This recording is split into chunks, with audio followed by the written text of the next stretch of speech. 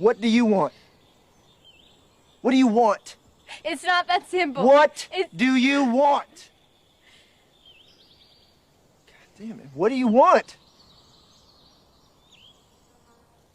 I have to go. What do you want? What do you want? It's not that simple. What do you want? God damn it. What do you want? I have to go. Okay. welcome everyone. That was a great way of starting our stream. Thank you so much for being here. Today is Sunday. You know what this means. This is Sunday. Can you hear me? Let me just check if you can hear me. Mic 1 2, mic 1 2, mic. Can you hear me? Anyway, thank you, thank you so much for being here. Today is Sunday. Today is Sunday reviews, as you always know. It's honest reviews. That's what we're doing today. So thank you so much for being here. I can see there's about 40 people online right now, yeah, let's just go through it. First of all, I would like to start by apologizing. The last stream on Friday, I know we voted for me to do the stream on compositing, but man, I was just way too tired. I just couldn't do it. Like, the webinar from BenQ really like knocked me off, and I was so tired when I woke up that I couldn't really do any compositing whatsoever. I was going to be useless. So, but thank you so much for having some patience, and I hope you didn't really got upset because I didn't do the webinar, like the compositing stream, you know. But anyway, we're gonna continue the compositing stream as we always do next Thursday. Don't worry. So let's start. Yes, I do have to rest. I know the problem was that, you know, the BenQ stream was on Thursday as well, so it kind of ruined my schedule, and it kind of ruined my my weekly thing, you know. So, but I'm feeling much better now. I rested yesterday, and I'm much better now. Let's start, as we always do, with a couple of housekeeping things. So I would like to start by thanking everyone that is here and everyone that is following me and subscribing as well. So I'm going to start by a couple of people here. So I'm going to start with Philip. More to the left. That was quick. Right. Philip, I was just about to say that thank you so much for you to be follower, and then you just subscribe automatically. Thank you so much. So Philip, Bacon Dyer, I think that's how you pronounce your name. I hope so. Bacon Dyer. Philip has subscribed with Prime, as you can always do. If any of you have Amazon Prime, you can subscribe for free. So thank you so much, Philip. And then I would like to thank Ibro 3D, Ibro 3D for the 20 pledge on Patreon. Also, I would like to thank C. Gildas for the $1 pledge on Patreon.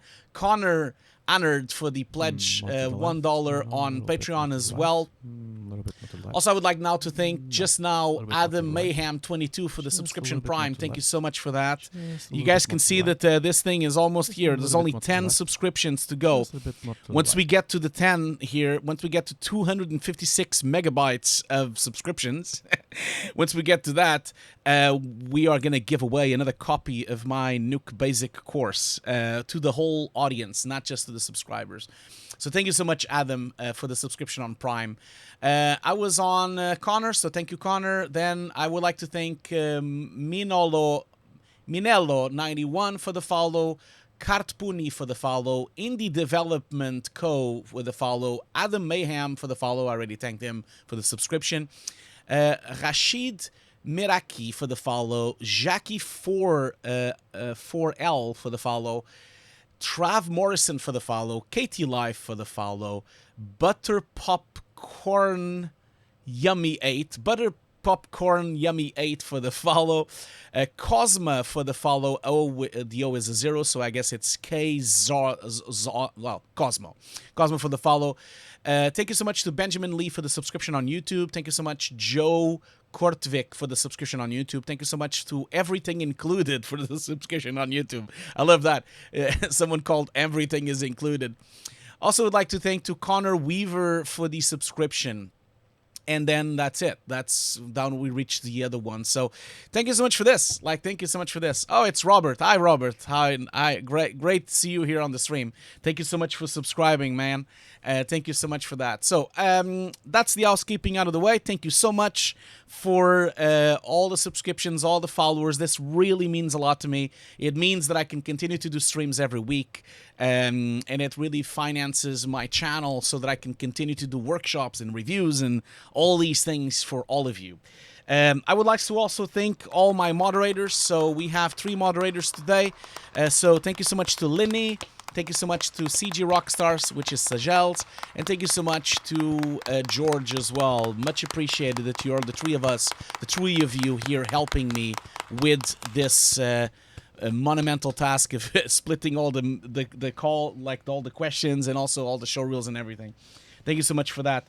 Earlier, someone asked on the chat, how was the membership, like the partnership going? Well, I don't really have any news for you. Like, this has kind of been like this for a week now. So I applied exactly a week ago. I applied last Sunday. It says here, apply to the Twitch. It usually takes 7 days. So 7 business days will be finished by Tuesday. Because today is only the 5th day. So if I click apply here again, it just says it's on review. Nothing is happening. So it just says, thank you so much for applying to the Twitch partner. Your partnership applications will need to be reviewed. So yeah, this has been a bit slow. I wish they would have. I'm not sure. I'm feeling a bit nervous about this, because if they really wanted me to be a partner, I would have guessed they already would have given me the thing. So I don't know why it's taking so long, but I'm a bit worried, to be honest. Like, I hope not. I hope not. Anyway, a bit of more housekeeping as well. Don't forget that tonight at 8 o'clock, no, 9 o'clock. Today is Sunday. Yeah, no, 8 o'clock. 8 o'clock p.m. Keep Calm, I'm in VFX will be doing a stream. It's a new stream called the VFX Talk Show, and it's going to be tonight at 8 p.m.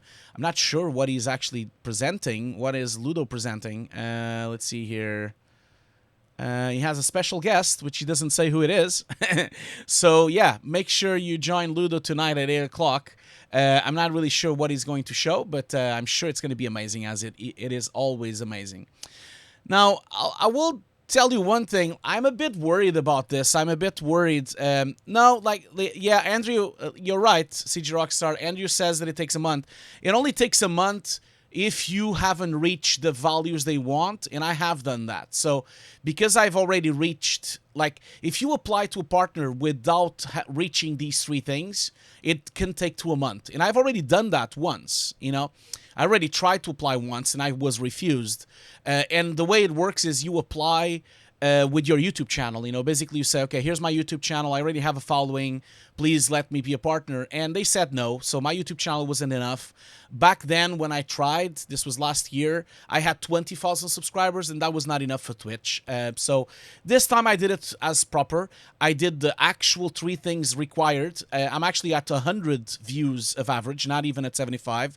And I've done like 35 hours already. So I'm pretty bigger than this. But, you know, so that's why it's 7 days.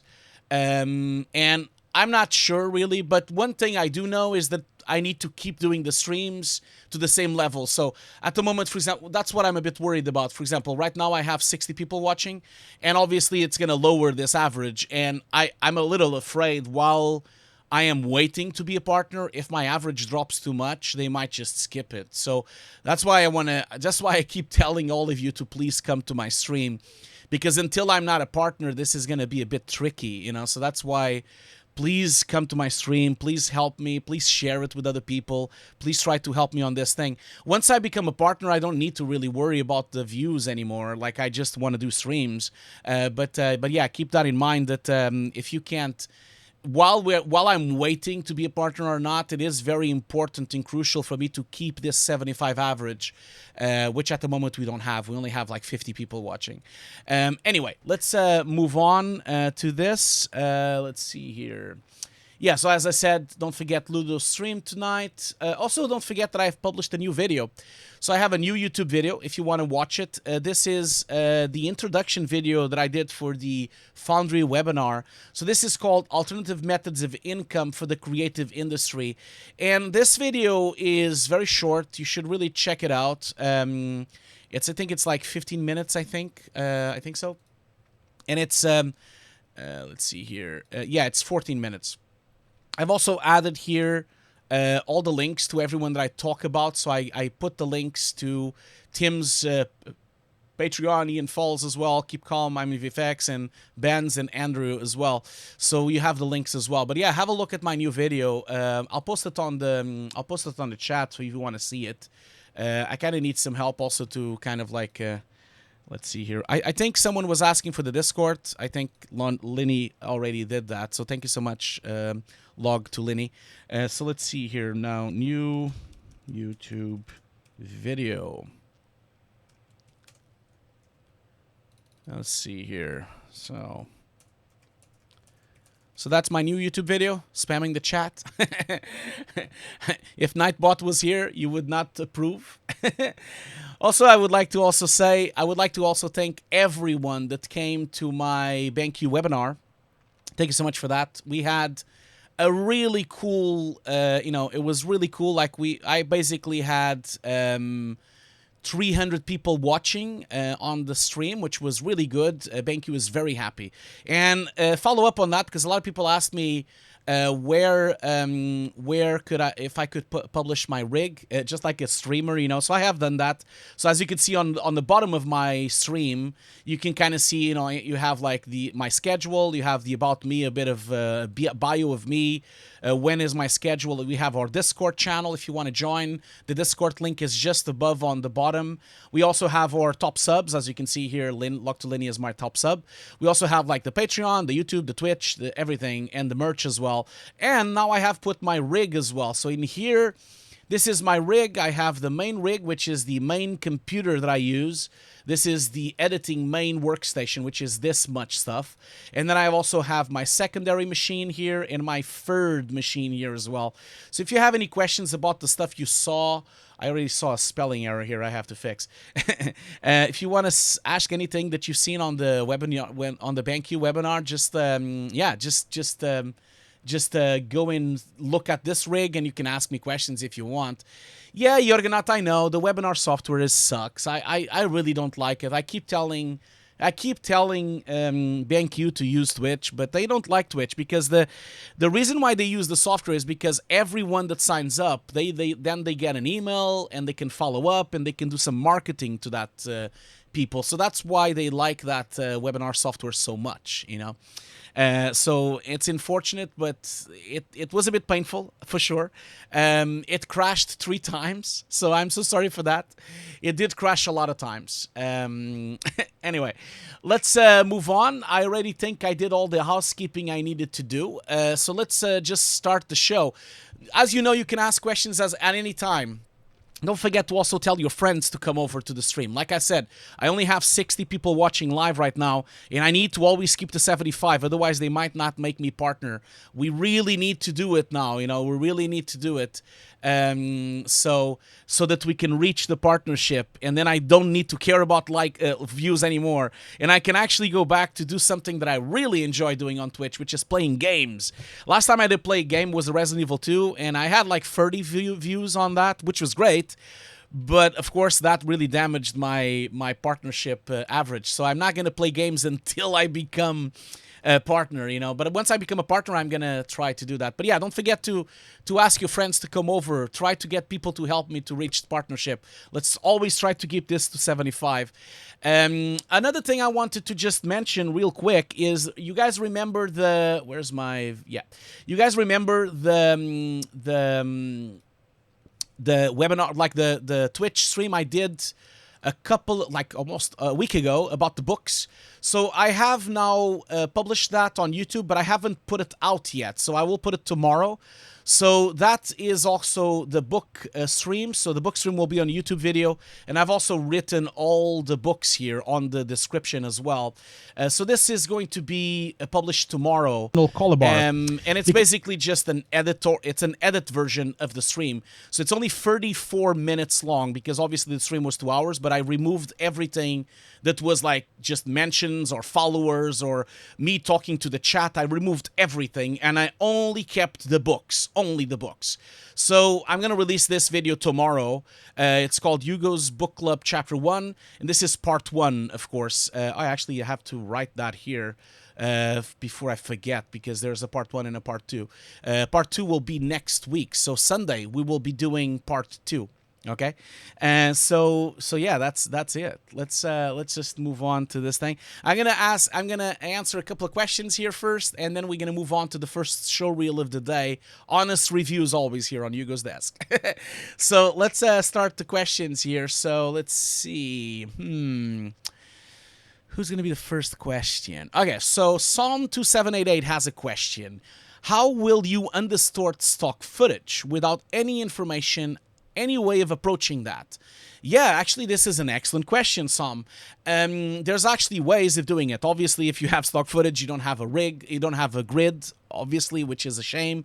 But you could always process the footage on a tracking application. So, for example, if you use Cintize, for example, Cintize has a capability of trying to track the shot and try to calculate the lens grid automatically, okay?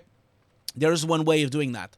Nuke also has that. Like if you go to Nuke, you can also do an automated track and see if it can calculate the actual lens grid. Obviously, the problem, though, is that it's not very accurate. Of course, it's not as accurate as having an actual grid, but at least it's better than nothing, you know? So I would advise you to check those things out and see if it works.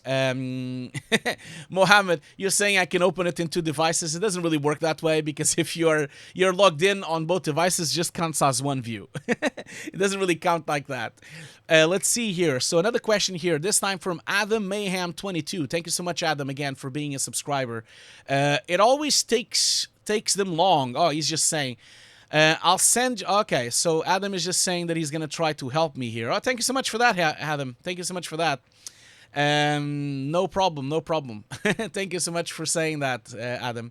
Another question here from Polymonger. He asks, right, the BenQ webinar. I went to sleep after the webinar and woke up the next day wondering about the monitor giveaway. Well, the monitor giveaway is not going to be on that webinar. So the monitor giveaway, as I said, what I was trying to do is to make sure BenQ was happy with the webinar. And once they are very happy with the webinar, like if I had a lot of views, you know, they would give me a monitor for me to do a giveaway, but they do not want me to do the giveaway on Twitch, okay? So I'm going to have to do the giveaway on YouTube. They told me that I have to do it on YouTube Live. So I will at some point, once I get word from them, because we did have a successful stream, like we had 300 people live. It's not a lot, you know, like, because usually they have these top shot photographers in Photoshop and they have like 1,000 people watching or 2,000 people watching. So we only got like 300 people. That's fine. And we were also competing, you know. We had like the competition from Foundry. Like Foundry had a stream exactly at the same hour as us, which I couldn't really do anything about. Like I tried to talk with the Foundry about it, but it was not really possible for any of us to change it anymore. So that was unfortunate. I think that's why I also only had 300 people. But anyway, I think BenQ is happy in consideration that it's visual effects and not photography. I think they will give me a monitor, but it unfortunately would have to be done at YouTube Live. But it's not a problem. We can always do it on YouTube Live. It's a shame I can't do it on Twitch, but, you know, that's the way it goes. I have another question here from Rai. He says, I've been seeing this monitor, 34-inch wide, works out as a... Yeah, would it be better than 4K? Well, I know exactly what monitor you're talking about. I personally don't like that monitor. I'm going to put it on the screen here for us to have a look. We just put it here. So you're talking about this monitor here. So this is an incredibly wide monitor. So for me personally, there's advantages and disadvantages on this, okay? So obviously the advantage is that you can have a really cool timeline on Premiere or on Final Cut or anything else, which you could kind of have really long timeline. But the disadvantage for me is that the resolution is actually not 4K. So if you want to preview 4K, you can't, because your top resolution is only 1440. So you actually can't preview properly 4K. That's why I like this monitor, but I would never buy it, because I prefer to have a proper 16:9 monitor, because it's more normal to have that kind of frame for us to work, you know. We don't often... No one often delivers on 21:9. You know, we always deliver on 16:9. So it's for me, it's too unusual for me to would recommend. I would not recommend it. I would recommend instead to buy an actual 4K 16:9 monitor instead. Another question here from Jorganot. He asks, is the SW271 worth the extra pounds over the 27U? Yes, it does. Yeah, the SW3, like, so the SW271, and you're talking about versus the 27U. So the 27U, not the photography one, right? Let me just have a look here. The 27U, no, it's not even here. So the one you're talking about is, let's see here, 27U. It's not even here. Oh, there's a new one. I didn't know that. Oh, no, that's the one. So the reason why I would always recommend this is because this has hardware calibration. Okay, so it has an actual 10-bit panel with 14-bit LUT hardware calibration. And the PD versions do not have hardware calibration. That's why I would recommend this instead. It's also Kalman verified. So this is a much, much better monitor than the PD versions, you know, because of the hardware calibration. That means you don't have to just put a LUT. It is actually, the LUT is actually stored inside the monitor. And that's much, much more powerful in terms of quality of what you're previewing. So that's why I would always suggest. Now, if you want, I do have a review for it. I have done a review for this monitor on YouTube. I don't know if you watched it. It's actually down here. Look, they have actually put it here. That's cool. So it's actually on the BenQ page. I didn't know that. So if you want, you can always watch my review. I kind of go deep into it. Let's see here. I'm just gonna post the link for you. Can I share this? No, not the music. I just want to share this. I want a link. I know what? I'm going to go to YouTube because it's just easier to do it there. It's just easier to do it there. I'm going to just like share the link and put it on the... not that. No. So that's let's see here. My SW271 review. And that's that one. So, yep. You saw me on the F-Track review. Yeah, I'm there as well, I know. I'm on the Foundry page as well. I know. Sorry about that. Anyway, as I was saying, let's see here. Oh, look at that. We have 83 people now. Woohoo! Welcome, everyone. Welcome. Thank you so much for being here. Could I ask you if you could please stay, even if you can't be here, maybe just leave the computer open? I'm sorry that I'm asking you this. Even if you can't watch my stream, maybe just leave the computer open. I'm trying to reach partnership, and I'm still waiting for the partnership thing to come through. 7 days. It's going to be Tuesday. The 7 days finishes. And if I can't keep the 75 average, they might not consider me. And so if you could stay around, that would be awesome. If you can't stay around, maybe just leave your computer on. That would be awesome. Thank you so much for that. Anyway, let's go back to the questions. A couple of more questions, then I'm going to jump into the showreel. Let's see here. Polymonger, have you tried the vertical monitor setup with the node graph? Yes, I have. Yeah. So Polymonger, if you watch my... There's like a video, one of my YouTube videos. I think it's the review of the... I think it's the SW... I think it's one of the PDs that I do that. I have worked like that. Not anymore. I don't do that right now. But if you go here to my reviews, where are my reviews? Yeah, there you go. So I think both on the 27U and on the PD 3220, I think I do that on both of them. I think so. Let's just have a look here. I think I do vertical. This is so dark. I shouldn't have graded it so dark. This is really horrible. Such a bad grade that I did, man. This is horrible. I wish I could do this again. Let's see here. Where do I do a vertical thing? I know I did it. Did I not do it? Oh, here you go.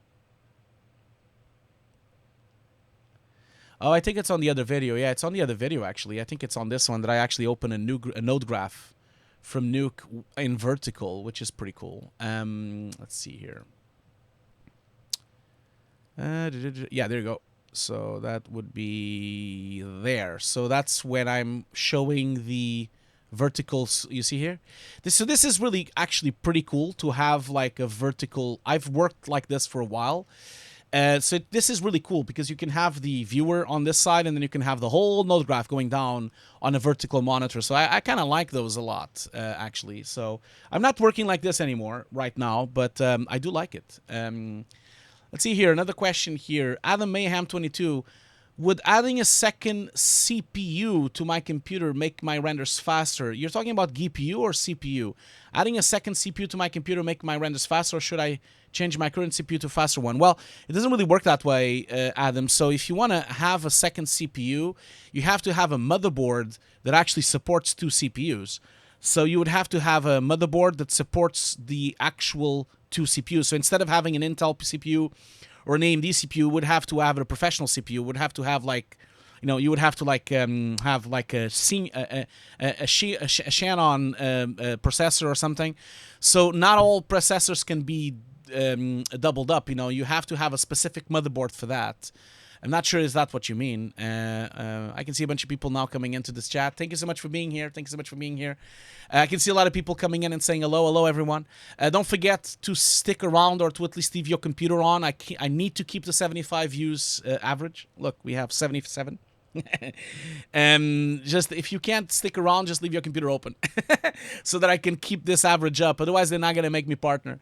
Oh yeah, let's see here. Okay. Psalm 2788 asks, what would be the ideal workstation on a tight budget?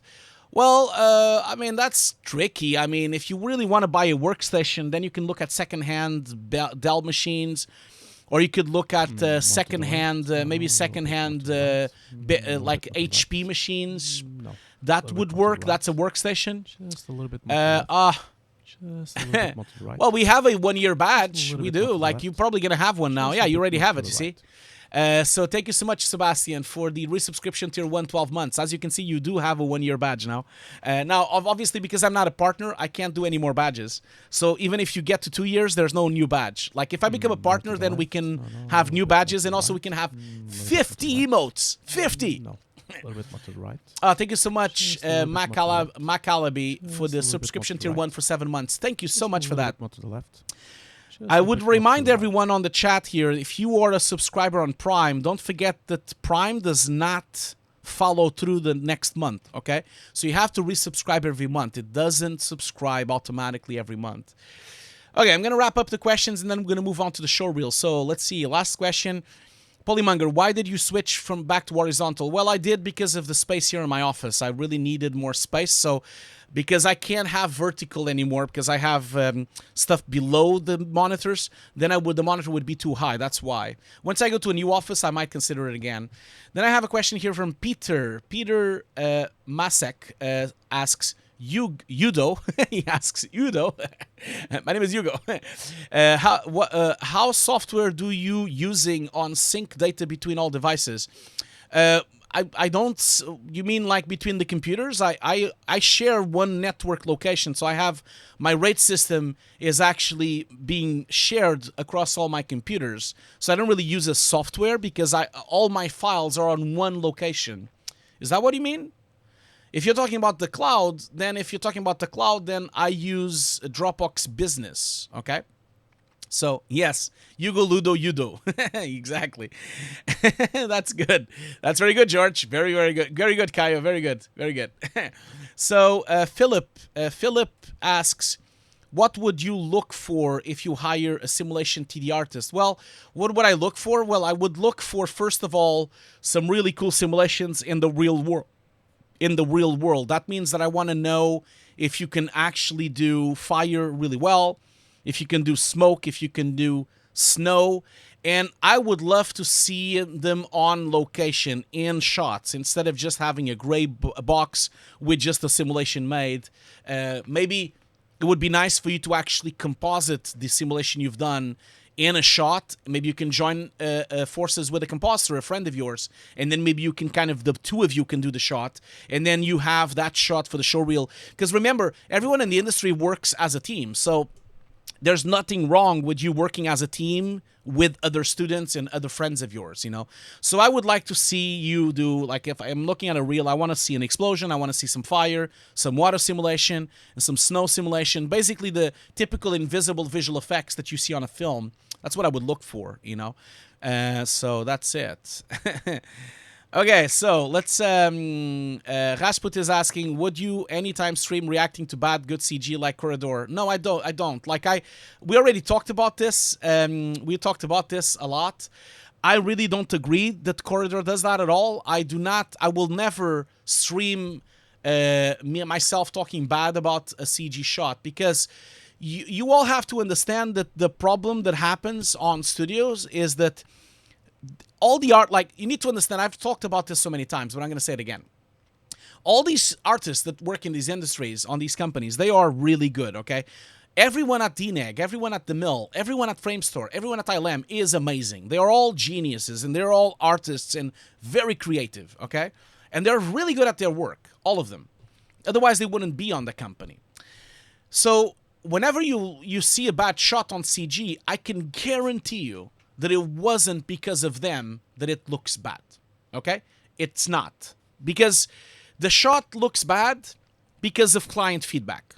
A lot of times the clients want to change things. A lot of times the client change their minds. Sometimes there's no time to re-render things. Sometimes the client makes decisions that no one likes. Sometimes the executive on the company makes decisions.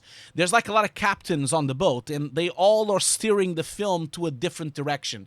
So you can never criticize CG made on a film, because I've been there. There are at least 10 people giving feedback, and all the feedback is not cohesive. The feedback is not... Sometimes the feedback is bonkers. A lot of times when I'm doing a shot, on version 50, the shot looks really good, and then by the time we get to version 100, it's already looking bad. So I would never, talk about that, because I respect my fellow compositors, I respect my fellow CG artists, I respect my visual effects colleagues, because I know the pain they suffered. I would never do a video talking shit about cats, for example, like you guys are talking on the chat here.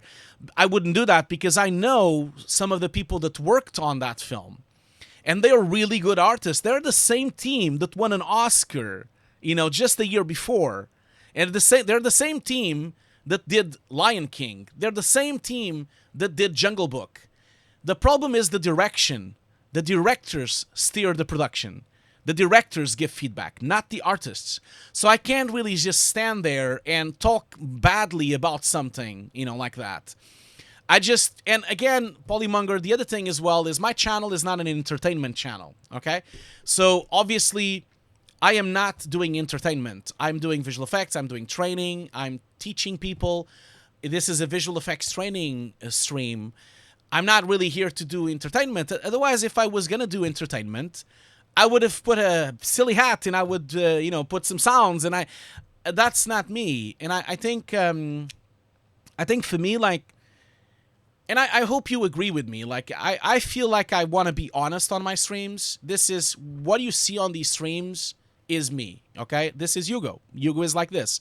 I talk about visual effects like I do. I give feedback like I do, just like if I was on a company, just like if I was with my compositing team. I give the same feedback the same way. The feedback I give to any showreel on this stream is the same exact type of feedback I give to any members of my team or any members of my compositing department at the mill. I am being completely honest, and I'm basically giving you my full honest view on things. I'm not here to do an entertainment show and to, I'm not chasing thousands of views. Of course not. I'm chasing partnership because it would help financially the channel, and it would help, and I've reached what they've asked for. They wanted 75 views, and I got the 75 views on 12 streams. So honestly, for me, like, if for me personally, when I look at this, and this is of course a little small rant to Twitch, but I'll do it. For me, this just is a bit bonkers because they set up these rules, right? You have to stream 25 hours, you have to stream 12, you have to have an average of 75. Okay, fine. And I've done all of these three things. I've actually streamed for 40 hours now.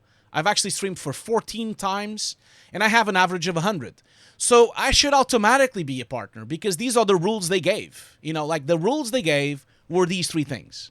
So I don't really understand why I have to wait 7 days to see if they like my channel. Like, if they don't want people with 75 average to be a partner, then put the rule to 150. Then say to people that they have to have 300 average. I think it's a bit bullshit because why are they doing that? I have average of 100.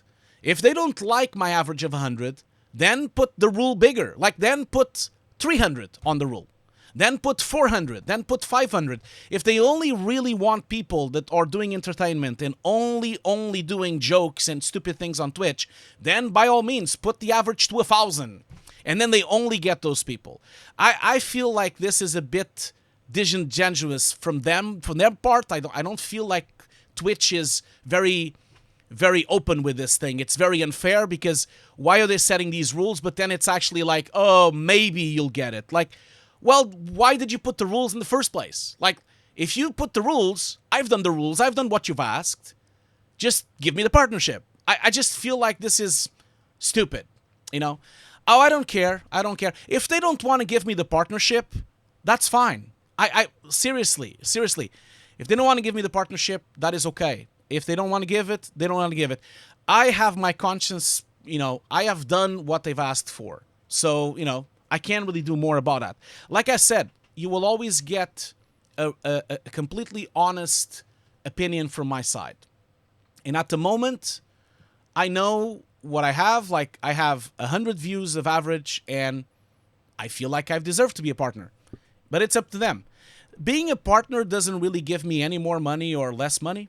It doesn't. So it's more about having more emotes so that I can have fun with you guys, and it's more about me having a little less, more relaxation on the chilled, and I can kind of do some gaming as well. And so I kind of feel like again, yeah, sure, Polymonger, you can say chill as much as you want. I'm just saying this because I feel like it's a bit weird that people are, like, on the chat is saying that I should do Corridor Digital or, it should be more entertainment. This is not entertainment. It's like I'm doing Showreel Reviews. Like, I understand it's boring for a lot of people. I'm sure it is.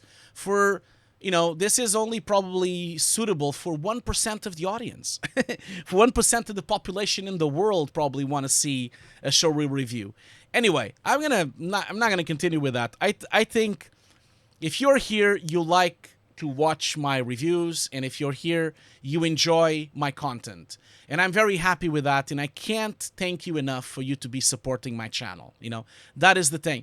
But what is really important for me, is to have fun. And what's really important for me is to actually enjoy my community, talk to you guys, and help you, and actually get to make everyone better, and we have a better community, and all of us grow better as artists. That's my objective. That is really what I want. I do not want to become Corridor Digital. No. So stop asking about that. Every time we do a stream, everyone always asks me what I think about Corridor Digital, or Corridor Digital is a different thing. They have 1 million subscribers. They are an entertainment channel in After Effects. They are an After Effects channel. I am a visual effects supervisor. I am not a YouTuber, like, that's the difference thing. I'm a visual effects supervisor. I work for a living on VFX. I VFX supervise on set for Sony and for and for Ubisoft and for Fire Smoke and for a lot of other companies. And I work professionally on this industry. I do trailers, I do films, I do short films, I do commercials, and on the side I do Twitch streams, and on the side I do, like, YouTube videos. This is not my job, because I can't afford to live from this, because Twitch on YouTube, like Twitch pays not more than like $400 a month. It's almost nothing. Like, I can't live from there. I can't pay my rent from that. So, you know, like, that's the thing. Like, I do this because I loved being with you guys, and I love like communicating with all of you, and I think we have a really nice community. We have 600 people on the Discord. It's unbelievable. I'm so happy with that. Like, 600 people are on our Discord. We have like 200 Patreons. It's amazing. I'm so blown away by that I have 200 people that want to support me. And then I have like almost 30,000 subscribers on YouTube. I'm so happy for that. Like, you can't even imagine how happy I am with that, you know? So I think it's I really don't, I have no dreams of having 1 million subscribers. That will never happen. You know why? Because there are only 35,000 official Nuke artists in the world. You know, if you count the licenses of Nuke, there's only around 35,000. Okay, maybe you have 50,000 because you have a lot of people using illegal software and things like that. So there's only like really, you know, 50,000 people that I will ever reach, because most of my audience is Nuke artists, you know. So I am very happy with that. If I can reach that, if I can reach the same subscriber value of the Foundry, I'll be very happy. You know, like I have 30,000 subscribers and the Foundry has 70.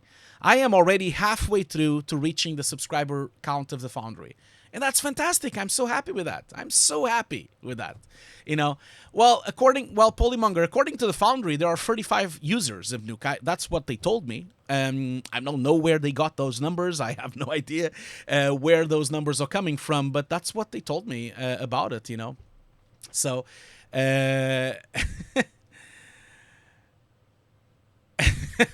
perspective. I like that, Gabriel.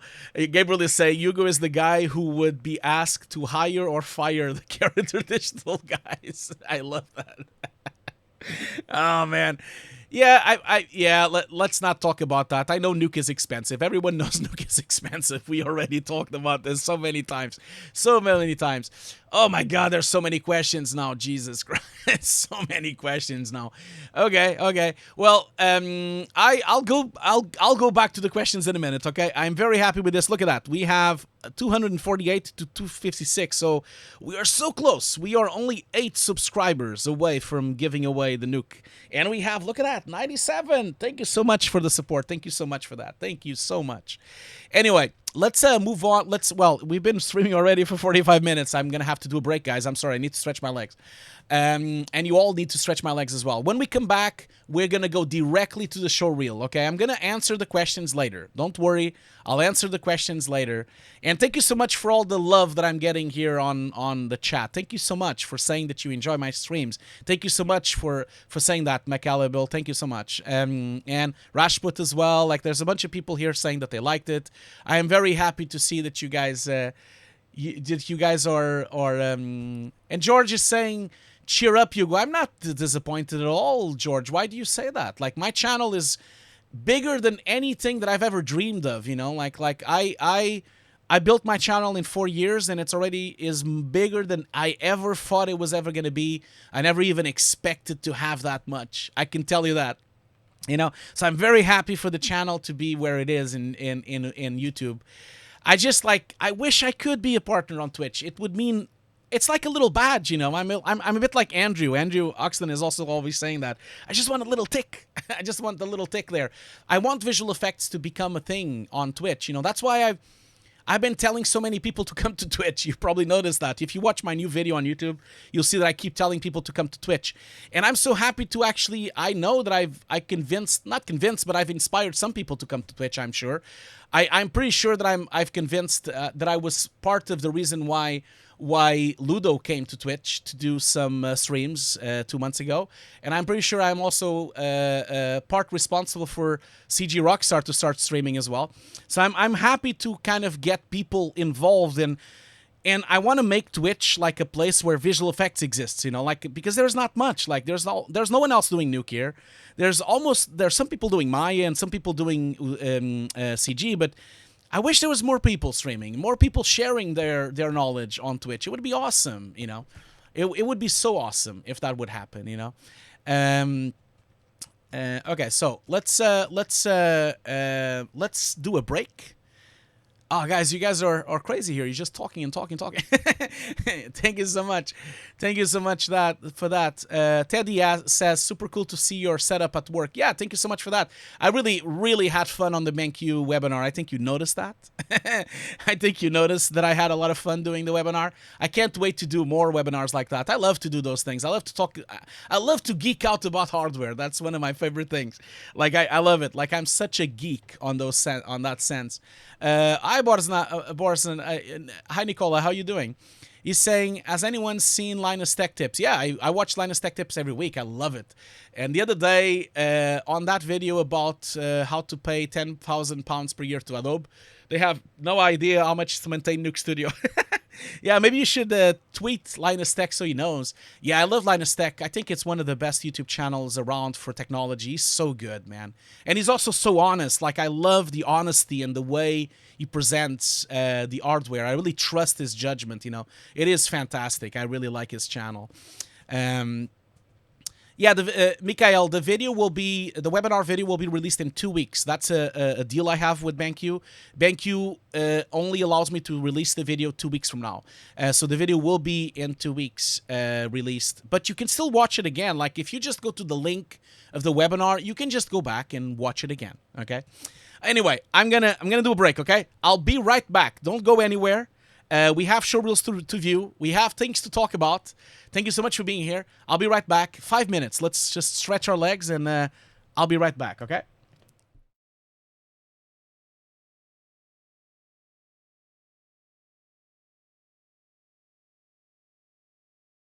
Okay, I'm back. I hope you've stretched your legs. You need to stretch your legs.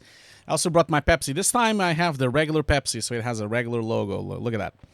Pepsi Max. Maxim taste. All the haters here. I need to, like, once I become a partner, I'm gonna make a Pepsi emote, of course. Yeah, I'll do, for all the haters out there, I'll do a Pepsi emote. I'll also do an AMD emote as well, because I know everyone loves NVIDIA, but I have an AMD graphic card, so, you know.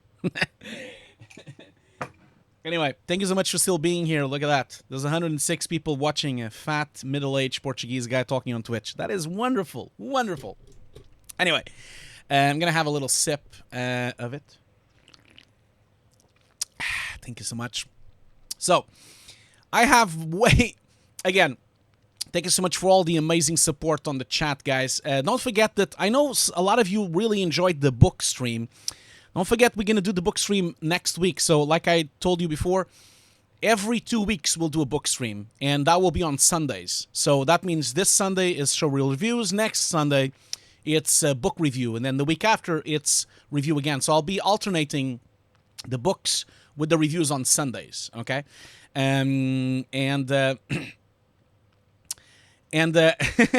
I wish, and also, of course, as soon as I become partner, I can finally start doing some gaming, because I know I always have very few views on gaming, but there's always at least 20-30 people that want to watch it. So I have so much to play now, man. I just bought Streets of Rage 4, and I need to play Streets of Rage 4 on the stream. Anyway, let's just jump into the showreel. Let's start with the first showreel of the day. So let's see here. Today, who is the first one? Let's see here. First one is this one here. So I don't know the name of the person. Let me just go and check what's the name of this person. Because it just says Alien Hand. What's the name? Maybe the moderators can tell me who this is. Because I don't know who this is. It's just called Alien Hand. Maybe someone can tell me who it is. I'm gonna buy it on the PS4. There's no PS5 yet. I'll buy it on the PS4. I'm a PlayStation guy, so yeah. So is this? I don't know who it is. I don't know the name, but is this person, this showreel, is he online? No one knows Alien. Okay, Alien Hand. Okay, okay. Is he here? Is he on the chat? If he's on the chat, we'll watch his showreel. If he's not on the chat, we'll move on to the next one. So, anyone knows if he's here? Oh, man, that can is cool, man. The thumbs up can is cool. Thanks so much for sharing that. I like that. That is pretty cool. So where did you find this, Sajals? Like, is that? Let's have a look here. Is that like from? Did you made it, or did you know where this comes from? Is this copyrighted somewhere? Like, where did you get it? Okay, so Eugene is not here. Okay. So if Eugene is not here, we're going to move on. So Eugene, sorry, tough luck. We're not going to watch your showreel. We'll wait.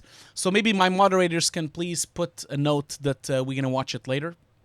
So we're going to move on to the next one. So next up, we have Showreel Review. Hope someone is here. So is Domenico Carella or Carella? I don't know what country you're from. So if you're Italian, it's probably going to be Domenico Carella. If it's Portuguese, it's going to be Domenico Caralla. So I don't know where country you're from, but are you here? Is Domenico here on the chat? If he's on the chat, please speak up. Otherwise, I'm going to move on. This is going to be a quick showreel review today. We're going to keep going this fast. Oh, this is an actual Indian brand. Wow, this actually exists as a brand. Okay. Oh, Dominic is not here? Okay. How do you know he's not here? He hasn't spoken yet. How do you know those things, George? How do you know that? Maybe he is here. No, he's not here? Okay, well, we're gonna do Dominic later. So could the mods please just make a note that we're gonna watch Dominic's showreel later. So let's move on to the next one. So who's the next one? Next one is Jonas. Is Jonas here? Come on, at least one. I mean, there's 100 people on the chat. Come on, there's 100 people on the chat and no one is here. Like, that's weird. Like there's actually 102 people watching, and none of those people are the people that I've just spoken about. Where are they? Is Jonas here? Okay, well, I can see he's not. Oh my God! Oh, come on, he's not here. Okay, CG Rockstar, thanks, man. He's not here. Oh my God. Okay. Yes, this is amazing. There's 100 people watching intros. Yes. Okay, Jonas is not here either. Jesus, what the hell? What the hell? Like, okay, let's move on then. I mean, okay, so guys, my mods need to start giving me more downloads because I'm gonna have a problem here. Well, wait a minute. I did skip one person. So is Amval? Is it written like that? He's French. So how do I even say this? Is he here? Is he here? Amval. Are you here? God damn it. No, not here either. He's not here. Oh my God. Okay, so my mods need to it's a shame. He has such cool work here to watch. Okay, well, oh my God, this is strange. Like 100 people watching and none of the people that promote send the showreel are here. Okay, cool. Okay, so let's make a mark that we're gonna watch them later. This is how they want. Okay, so next up is wait a minute. Lenny says it's supposed to be. Did I do a mistake? Lenny? Who's supposed to be here now? Is it supposed to be Agustin Villani? Okay, I thought it was gonna be this one. Maybe I by mistake downloaded the wrong one then. Is it this one then? Is this the showreel I should be doing, Lenny? Is that the next one? Yes, he's here. Look at that. I'm going to put the clapping.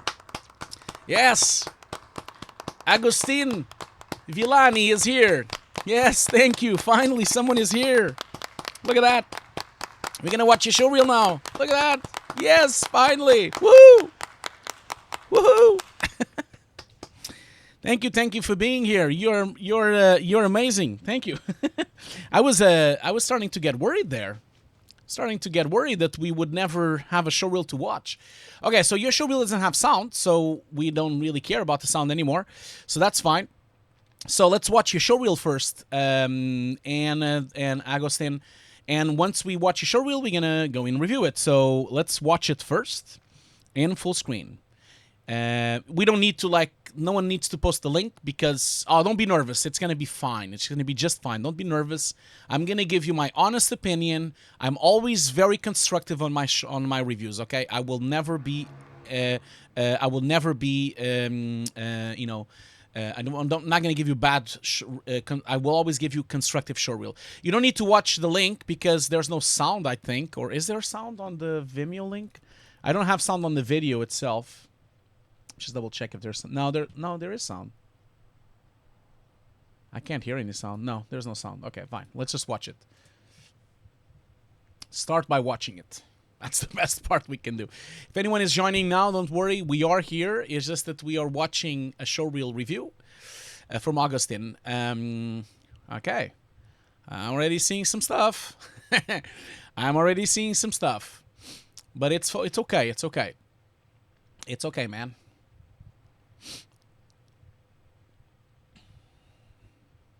So tell me a little bit about yourself. Like what are you want to be a compositor? You didn't write it on the text. You didn't write it on Showreel. So did you do the CG? Did you do the compositing? Are you doing both of them? Like what have you done on these shots? Could you give me a little bit of a lowdown of how that's working, you know? Yeah.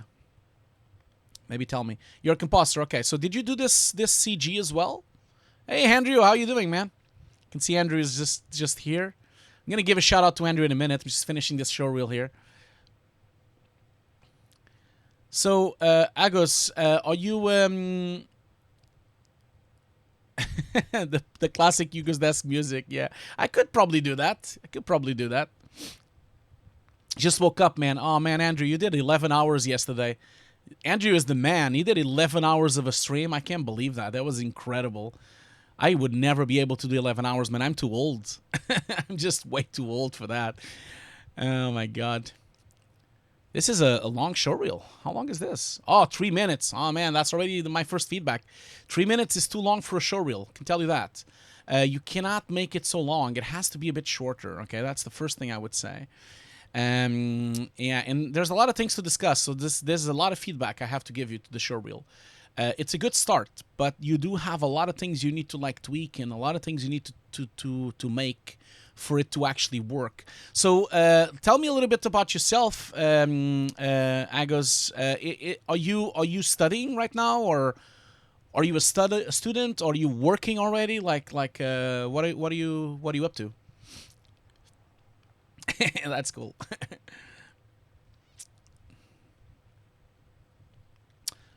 Oh man, your showreel is too long, man. I'll tell you one thing. Like if I, when I get showreels, especially when I was still the head of Nuke at the mill, I would get like, dozens and dozens of showreels per week, and then I would select someone to be, to do an interview. If I would have gotten a showreel this long, I would have not even watched it. I would have like, not going to watch this long. And that's why it's so important for you to start with the best shot, because otherwise if you don't start with the best shot, people might leave the showreel, So that's one advice I'll give you. But yeah, there's a lot of things to say on your showreel. I have seen a lot of mistakes and a lot of problems and a lot of things you really need to work on. So we're gonna get going real soon. So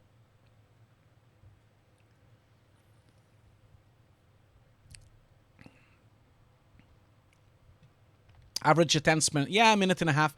I think from my point of view, when I was still supervising at the mill, and when I was supervising at Fire.Smoke, and even now in my company, whenever I get a showreel over a minute and a half, I don't really, unless they have an amazing shot on the beginning, like I don't usually bother, because it's just too long. But anyway, let's just, before we even go to your showreel, I'm gonna just do a shout out here to Andrew. So Andrew, when are you streaming?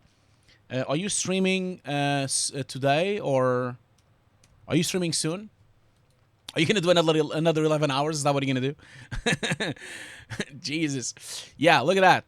11 hours, man. 11 hours and 14 seconds. Oh, my God. You're insane. In an hour? Okay, I'll raid you then. That's fine. So, guys, if you don't know Andrew, you should. Andrew, thank you so much for the host, Andrew. I'm going to pause the host, though. Thank you so much. So if you don't know Andrew, you should know Andrew. Andrew has been streaming on Twitch for a long time, even before me. And he's a senior hard surface modeler on DNAG. And this man knows his business. You should go and check out his streams. He's going to stream in about an hour. So obviously, I'm going to raid him when he starts his stream. Well, we're probably going to... So, Andrew, we're going to probably be here at least for another 2 hours. So I will raid you 1 hour into your stream, okay? So once you're 1 hour in, I'll raid you. But yeah, you guys should check out Andrew. Look at that. Andrew actually worked on all these very obscure, unknown films, as you can see here. He's worked on things called Dune and Star Wars and things like that, which I don't even know what this is, and also the very famous short film called Star Wars: The Last Jedi as well. So yeah, he's worked on. Oh, he also worked on something called Avengers, something like that. So yeah, he knows his business. You should probably check him out. Yeah. Yeah, he's working on indie projects, of course. Yeah, he's been working on short films. I especially love this short film. This is a really nice short film, Guardians of the Galaxy. It's cool, man. It's a really nice, humoristic short film. You should really look into it. Anyway, follow him, support his stream. Andrew is trying to become a Twitch partner as well. So you need to go and give him some love and show him some love. He's going to be online in an hour. Now, please don't leave my stream to go to his. I will raid his stream, don't worry. So anyway, let's go back to the showreel. So Andrew, I think my moderators already posted your link. Yeah, they did. That's cool. Oh, I forgot to mention, Andrew also cooks on his streams. He also cooks. He just does everything. That's it. Okay, let's go back to the showreel. So first of all, Agustin, thank you so much for sharing the showreel. Thank you so much for sharing it on the audience. You know, we have 100 people here watching, and thank you so much for you to share with all of this audience. And don't forget to give me permission if you would like for this showreel to be one of my YouTube videos, because I am, as I said, I am posting my showreel reviews on YouTube. Probably I'm going to start next week. And the reason I'm posting them is because I really believe that watching feedback from a showreel really helps you develop your eye for detail, and it allows you to have some knowledge of what we're expecting on a showreel on a professional level, okay? So that's why I'm posting it on YouTube. So if you would allow me to use this showreel on my YouTube channel, I would love that. So please let me know if you would allow me. Okay, cool. Thank you so much for saying that. Thank you so much for allowing me. Okay, so let's start with the first thing. First of all, if you're a junior and you want to be a compositor, I would really recommend you to start by putting your phone number and your email address on the beginning, okay? That would be really important, because at any time, oh,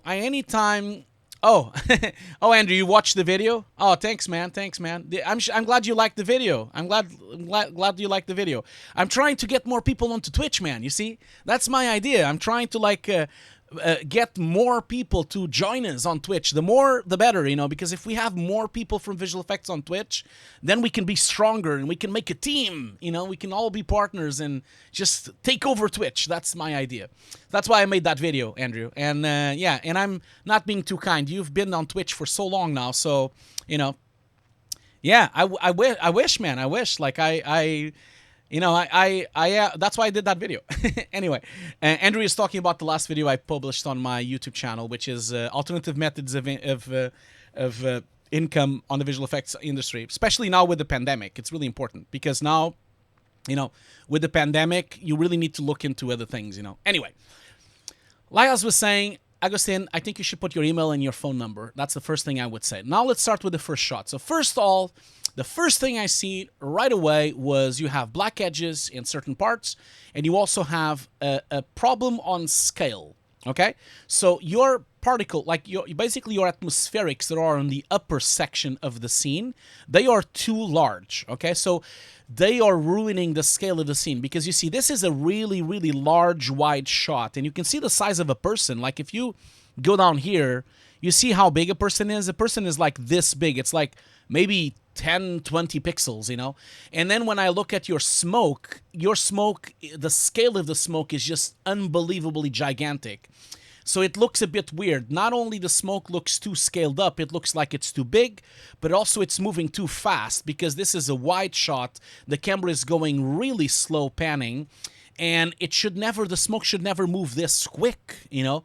So what I would recommend you is to remove the smoke. I don't think you need the smoke at all. Like, I really don't believe you need the smoke.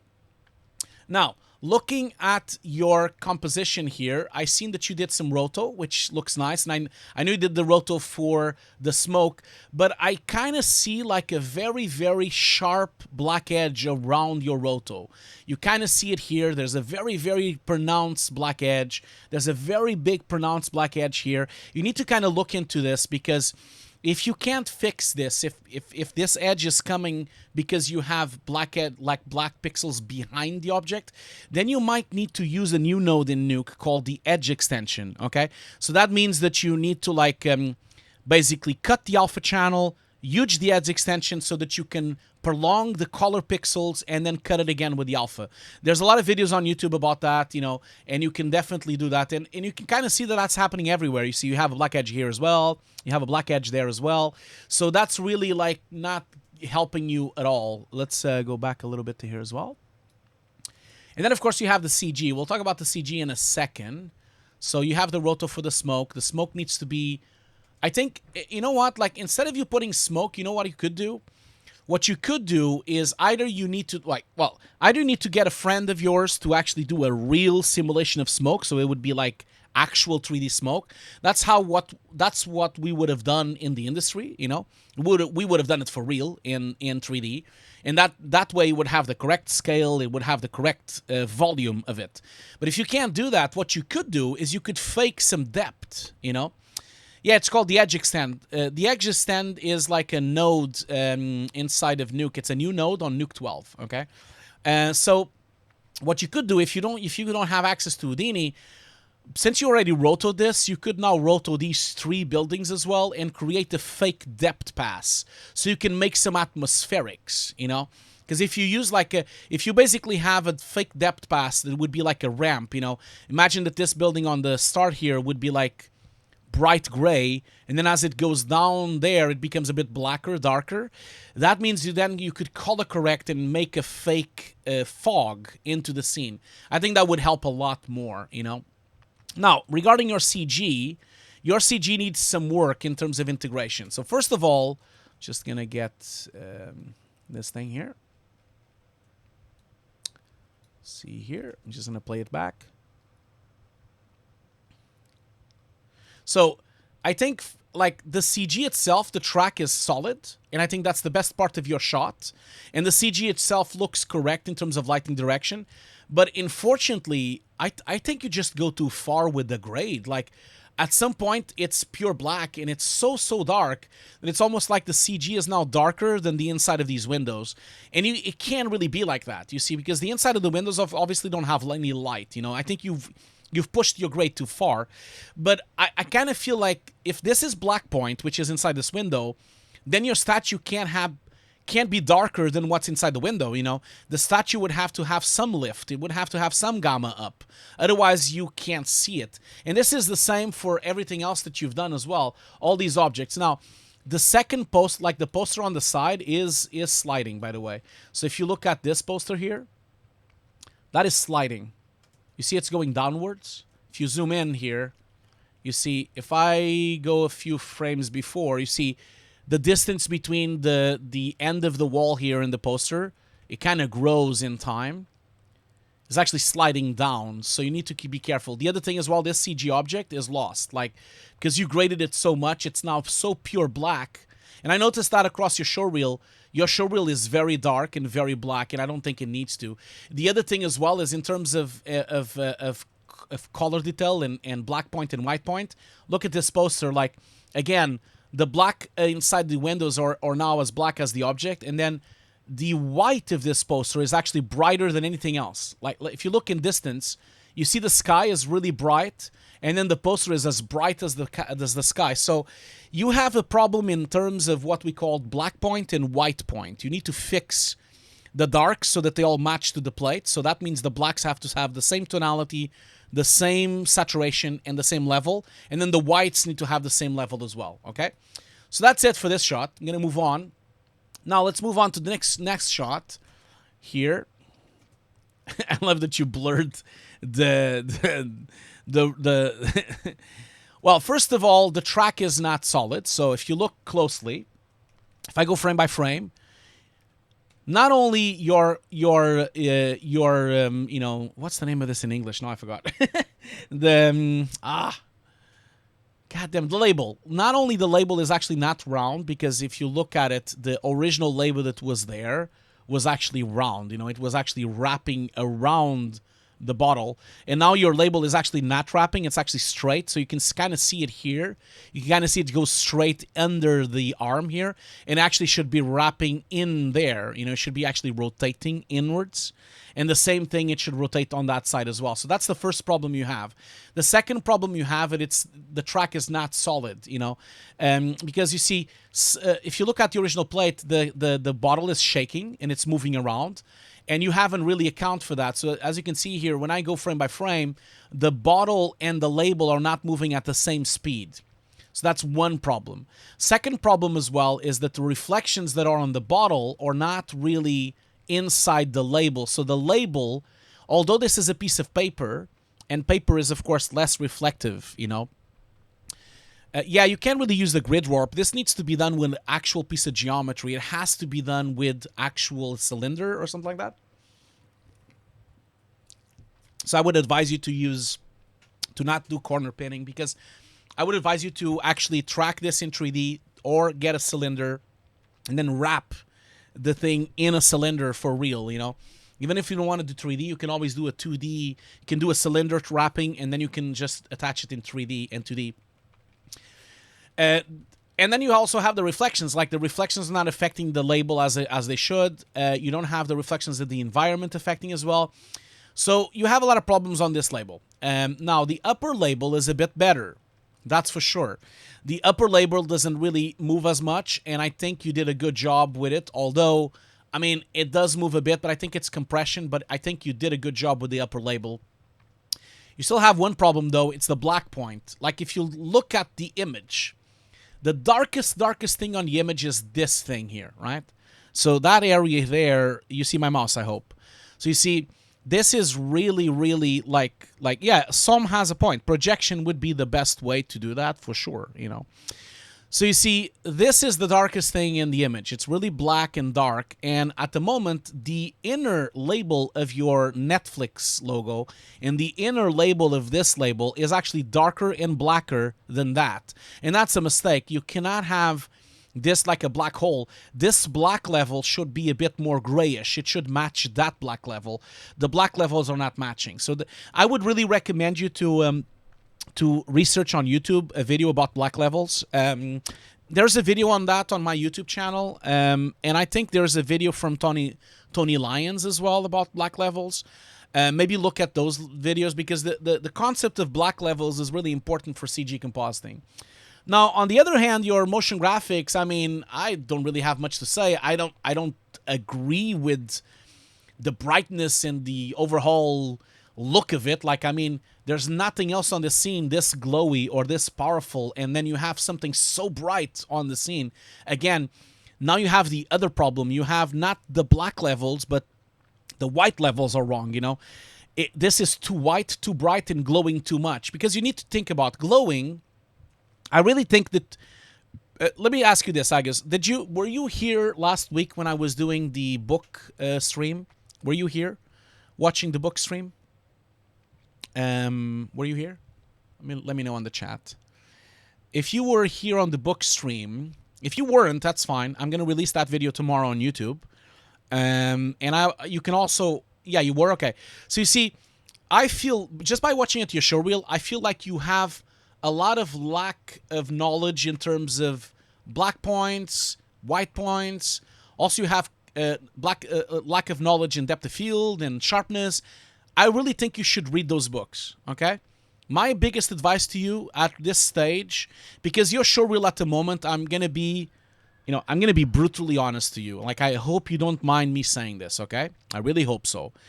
If you would have sent me this showreel to the Nuke's compositing department at the mill, where I was the supervisor, or if you would have sent this showreel to Sony, or you send this showreel to any company that I've worked for, I would have never hired you. I wouldn't have hired you because you have too many mistakes, and the mistakes you have are really showing me that you have lack of knowledge of photography fundamentals.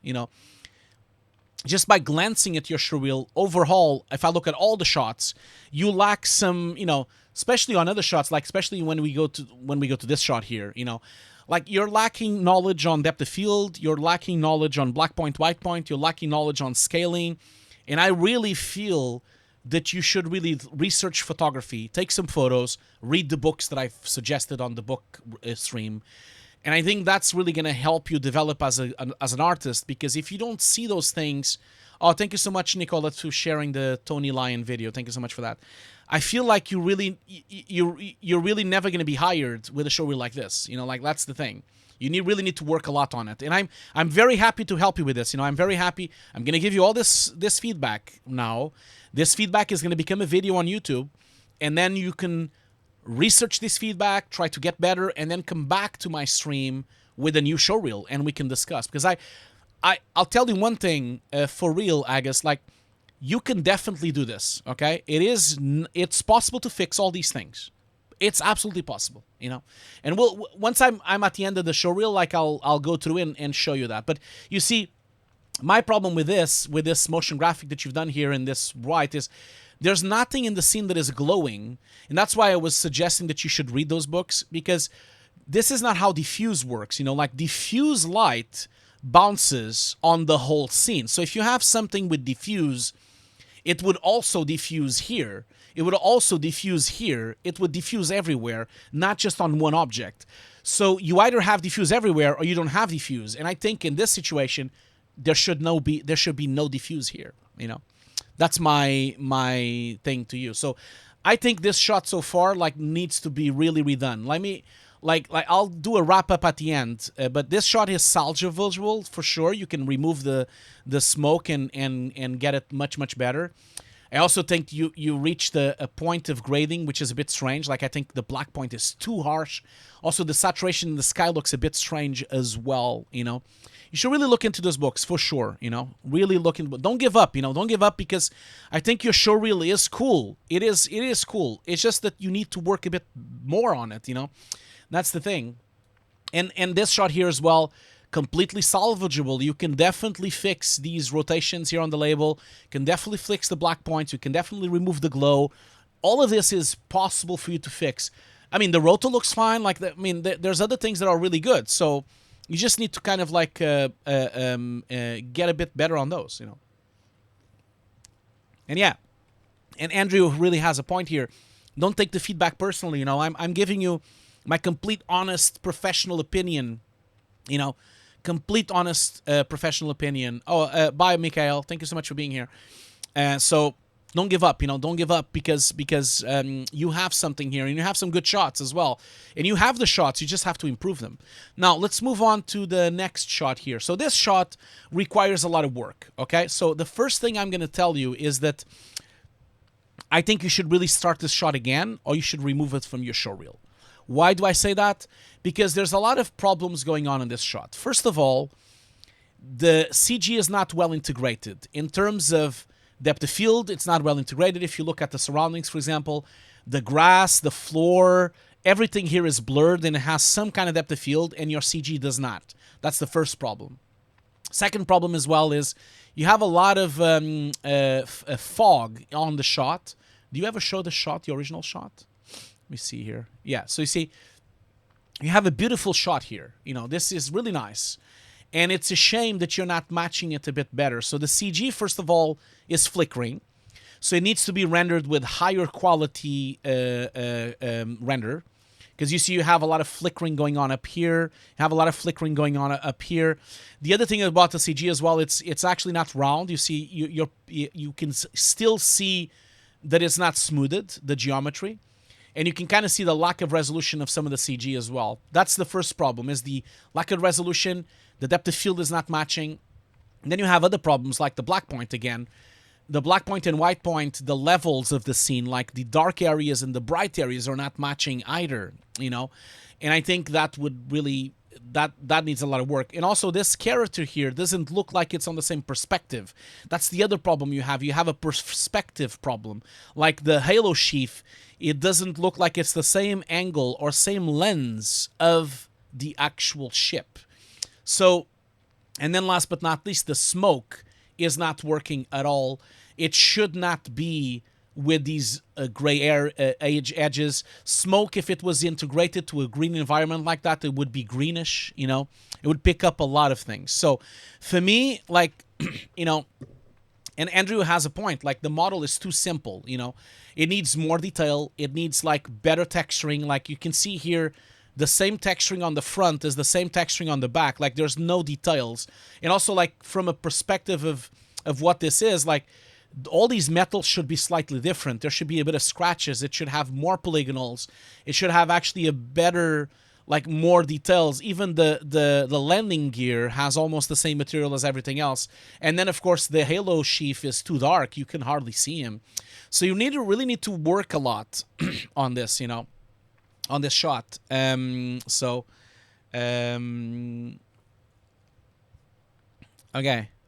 From the net, don't remember now. Okay, okay, that's fine. It's fine. I would say that you should probably skip that shot. I would skip this shot. I think this shot is too hard for you to recover. You know, unless you want to really do a new model or you want to put something else, I think it's going to be too tricky. There's another thing I would say as well, in terms of scale. Okay, so there's another problem on scale. So a person, I would say that most likely a person, if there was a real person here, a person would most likely be maybe this high, right? Because if you look at the rocks, if you look at the distance between the streets, a person like if he's like 180, you know, like let's say that he's 180, he would be maybe this high. And as you can see now, the Master Chief is like a little midget. He's too small, you know, like it doesn't really work. He's like, you know, he's probably like 120 or something, and that's not correct at all. So the scaling is wrong.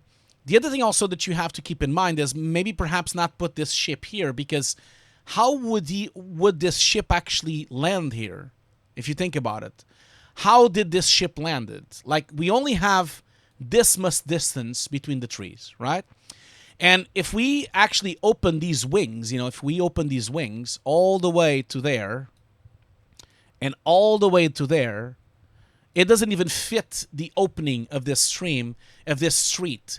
And not only it doesn't fit the opening of the street, but also for him to actually land exactly on this street like this would be incredibly difficult. So for me, I think instead of putting a ship, you should have put a vehicle. Maybe you should have put the Master Chief's Jeep.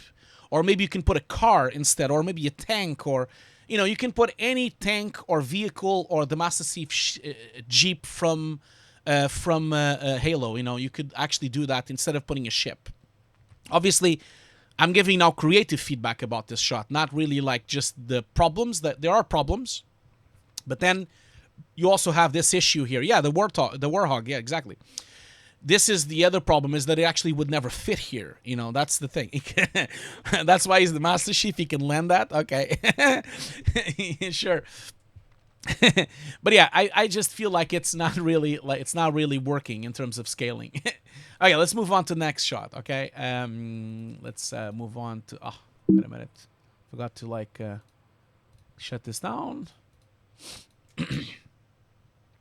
So I would remove this shot unless you really want to do it all again.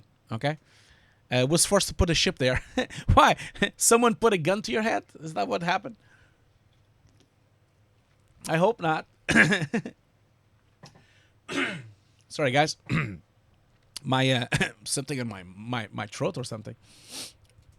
Okay, so this shot here. So I have a couple of things to say about this shot. So this shot, I do think it's there, but it needs some work. Okay, so first of all, I think your key is looking good.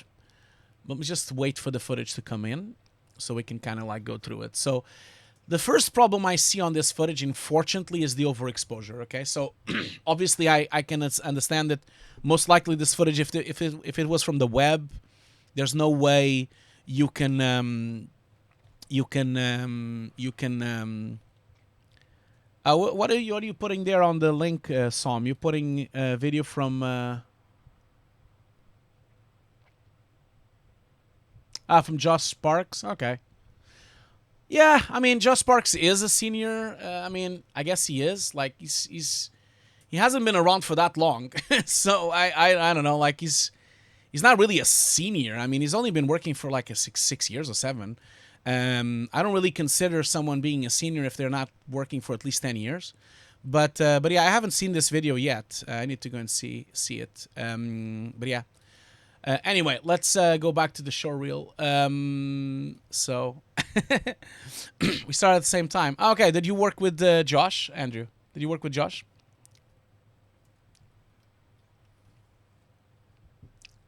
So then he's been working for 10 years. Okay, I thought he worked for less time. I really did. I thought he actually worked for less time. Okay. Then he's been working for longer than I think.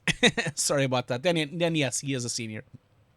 For some reason, I had an idea that he was working for like 5 years or something like that. You only have 7? Okay. Well, anyway, like, if you look at this shot here, obviously it's a shame that you have it so overexposed. I'm sure that this is... I'm sorry, I didn't mean to say that. I'm sure you're a senior. Of course you are.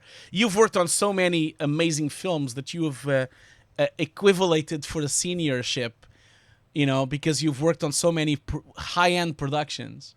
But in compositing, I don't know, man. I know a lot of people that say they are seniors and they're not, man. I had really bad experiences at the mill, you know, like where I would hire people and they would say they were seniors and then they couldn't do anything, like, and they were not seniors. So, but you are right. Like, I do agree that working a year at MPC, the mill, Frame Store, or at one of the big ones equivalates to like 2 or 3 years on other companies. I'm pretty sure you agree with me. So, you know, at least from my view, the 6 years I worked at the mill, I feel like I've aged 10 where I was there. And so I think these companies really push you a lot. Like, you know, they push you to the limit. So yeah, that's normal, man. I do 100 hours weeks when I was at the industry as well, for sure. Anyway, yeah, it's a shame that this footage, of course, is so overexposed because you can't really do much about it. But I think your key is good. Although, as you can see here, there's still leftovers of the key here. So you need to kind of roto this out and soft mat this out. I think you need to kind of remove it. You know, but I think your key has a lot of nice detail. You can see the detail on the hair there. You did a great job with the key. What you didn't do, like the key is really cool. What I think needs some work is the actual background. So first of all, if you look at the let me just go back into maybe the beginning of the shot. See if I can find a sharp frame. Yeah, there you go. So you see, when I look at this, you see, I look at the sharpness, right? So you see the level of sharpness and blurriness. You can kind of see it's a bit blurred on the neck. It's a bit blurred on the face. And then when I look at your matte painting CG, the CG matte painting is actually sharper than her. And that's really not working. You know, like these people on the back, they're actually sharper than the footage. The same goes for these pads here for the boxing arena. And I think that's just a depth of field issue. Like, you basically just have to put a little bit of defocus on these, on the actual arena, and then a little bit more defocus on the back.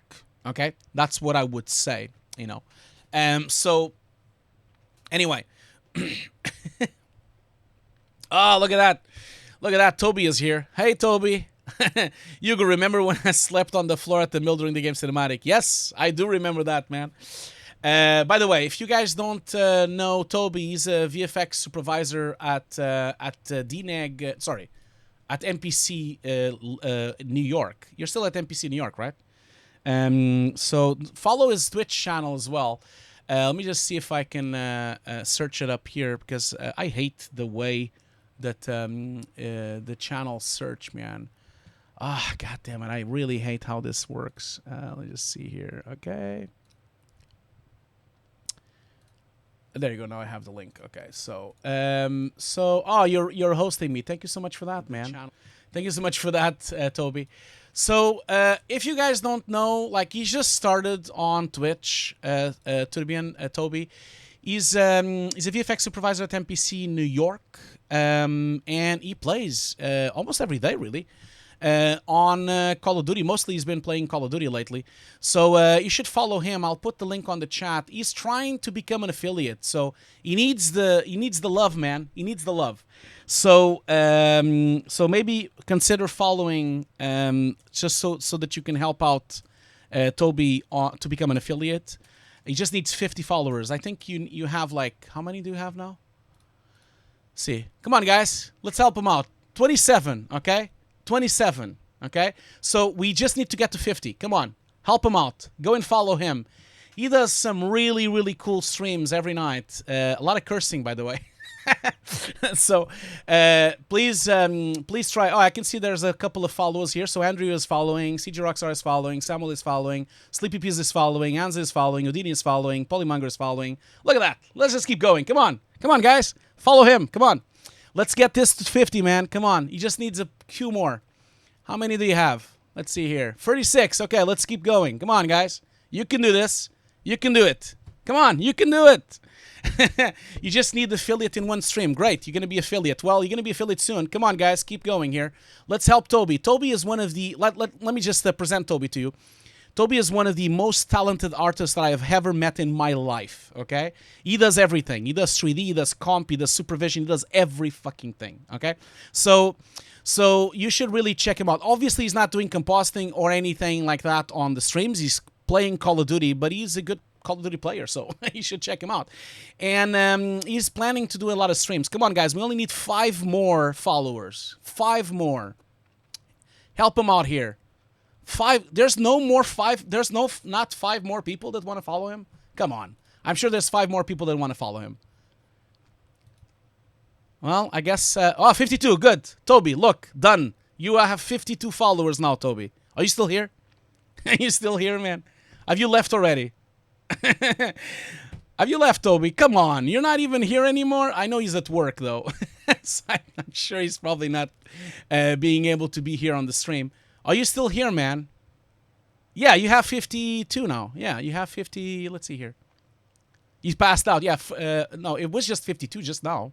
Come on. 54. Are you happy now? So you just need to do one more stream, right? Then once you're one more stream, you can now be an affiliate. Okay, and then you can have priority as well. So, guys, thank you so much for supporting Toby here. And you should check him out. Although he's, like, streaming at New York time. So, man, it's a bit tough. Like, it's like... It's like at 2 o'clock in the morning or 3 o'clock in the morning. But I'm always on the streams. So if you guys want to chat with me while we hear Toby cursing, we can always do that. You know. Yeah. And oh, by the way, and he has some really good music. He plays a lot of good music on the streams as well. He actually composes music. So, well, Toby, good luck with your work, man. I'll see you later, man. I'll see you later.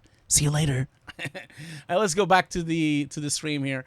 So as I was saying, I'm so sorry that I'm keep interrupting your showreel review here, man. But anyway, like I just wanted to, like, say that again, the depth of field is missing. Like, I think you really need to, like, work on getting a bit more defocusing on the background here, especially on the people, and a little bit on the arena. I think in terms of lighting direction also you have a problem. Okay, if you think about this here. Lighting is hitting the front of the actress, okay? So you can see huge amount of rim light coming in. Oh, by the way, I forgot to ask, are you still here? Are you still here watching the review? I'm so sorry that I kind of, like, got sidetracked a bit there. The things I do to watch Hugo, oh my God. Hey, no one forced you to follow Doll, okay? No one forced you, okay? No one forced you. I just want him to be an affiliate. That's the only thing. Anyway, are you still here, man? Are you still watching the Showreel review? I'm so sorry this is a bit chaotic today. I do apologize that this is a bit chaotic today. I'm so sorry for that. I'm being so unprofessional right now. I am being so unprofessional. You're not here. Are you not here? Like, you don't say anything on the chat. Is he gone? Like, did he left? He gave up. He said, "Oh, damn this shit." Come on. Come on, Agustin. Agustin, are you not here anymore? Can't believe he left. Did he leave? Well, I don't blame him. I don't blame him. Oh, he's still here. Okay. I wouldn't blame him if you leave. You know, I was like screwing around here for so much thing. I'm so sorry for that. I'm so sorry. He left to go and buy. He left to go and buy COD. That's great. That is so good. That's amazing, man. I love that. Oh my god. Well, anyway, let's get back to work. Shall we go back to work? I'm just like, you're listening to my feedback? Okay. I'm sorry, man. I'm so sorry. I'm being so unprofessional. I just kind of wanted to help out Toby here, and I got a bit carried away. Anyway, lighting, like I said, lighting direction, okay? So think about this. If there's a strong light hitting her, this light source would also hit this side of the arena and not that side of the arena. I know, of course, arenas have a lot of lights, but it would be nice if at least it would match. So I would agree. I would say that it should have more light on this side and a bit less light on that side. I also don't think you should have diffuse because she doesn't have any diffuse. Either you put diffuse on her or you remove the diffuse from the arena. It can't have both, okay? That's the thing. They can't both have diffuse. In terms of the key, I think you did a great job. So I just think you need to work on the depth of field. I also think you went a bit too far with the smoke. Like, you know, this is not the 90s anymore. No one smokes indoors, okay? So I don't think you would have so much smoke. You need to kind of consider it's a bit too much in terms of smoke, I would say. Anyway, I can't believe there's 128 people watching, as I said, a middle-aged fat Portuguese guy talk about compositing. I love that. It is cool. Later on, you can watch a middle-aged fat Swedish VFX supervisor playing Call of Duty as well. And then we can also watch Andrew, which is a Finn, not a fat, a Finn CG artist from DNAG. This is awesome. Whoa. Are you not fat anymore? Well, I thought you were. I haven't seen you in a long time, so maybe you're not fat anymore.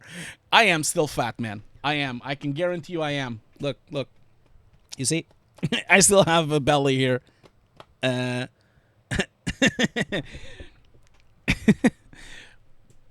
Well, okay. Well, anyway, moving on for the next shot. I like your particles, by the way. I think that's good. Again, like I said on the other shot, there's definitely ways to fix this, okay? So don't despair, don't give up. You know, I think you did a great job, and I really think that that you can really recover this shot for sure. It's almost there, and the key is really good. I think you did a great job with the key. There is just one thing I would ask you with the key. I think you did a great job with the motion blur, but you need to be careful with the spill suppression. You see here? I still see green spilling into the hand, into the arms as well. There's a green edge everywhere. It's very easy to fix this. You just need to use spill suppression techniques, either using a spill suppression node or using a U-correct and remove all the green from the shot. It only happens on the motion blur, so it's probably very easy for you to kind of fix this. But that is the biggest problem with the spill suppression here right now, especially when there's a lot of motion blur. But I think the key was very well done. So congratulations on that. Jorgenat does have a point as well, the perspective. So one of the things you can see from looking at the shot, and this is why I was telling you to buy the... yes, it was a Donkey Kong t-shirt. I'll show you it again. Look at that. Anyway, one of the things that Jorgenat is talking about here is perspective, and that's why I was saying that you should really watch my streams with the books, because as you can see here, just by looking at this image from my experience, I would say that perhaps this was filmed with a 50mm, maybe a 35. It's probably between a 35 and a 50mm, okay? And if that's the case, then your CG is not matching that lens, okay? So it would never be possible for us to have a 50 or 35mm this wide. We would never see the floor, you know? Because at the moment, she looks like she's actually inside the floor. If this was a 35 to 50mm, like none of these things would be visible. They would actually be outside the frame and you would just see the ropes, nothing else. So it's almost like you basically, what you would have seen would have been just this, you know? You would have just have one rope there. Then you would have one rope there. And you would never see the floor, you know? Like not from this perspective, I think. And so you would never see the corners, and you would never see the ropes either.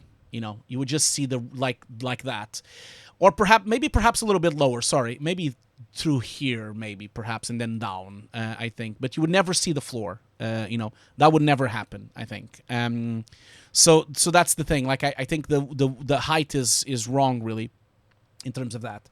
Let's move on to the next shot, because this show really is big, and I want to move on to the next shot. Let's keep going. At some point, I'm going to stop reviewing the show reel, because I think the problems you have on your shots are very, very much the same all the time. So, for example, in here again, typical problems with integration of photography notions.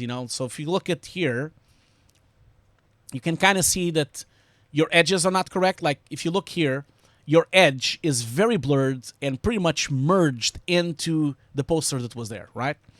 And then when you replace it with the new poster, for some reason your edge is now sharp instead of merging into the poster. You can kind of see it. You're actually showing me here when I look frame by frame. You see how big that is, like the difference? So not only your edge is not matching and it has a red edge for some reason, but also like your depth of field is not matching. If you look, the depth of field of the old poster is really defocused, and then your new poster is not as defocused, okay? So that's problem number one. Problem number two, as well in here, the same thing is happening. You also forgot this tower, this cell phone tower. You forgot to put the cell phone tower on top of the posters. You see here, there's like a cell phone tower here, and you actually put it behind the posters. That's wrong. That's a mistake, okay? The poster on the top is a bit better, but it still lacks it doesn't match the depth of field. So if you look at here, you can kind of see that you see the actual bouquet of the depth of field happening. And on your poster, you don't see a bouquet, you just see a blur. So I would advise you not to use a blur node, but actually to use a defocus node instead. I think it would help a lot, I really think it would help a lot. Oh, you've posted a link here, Azus. What did you post it? Let's see here. What is that?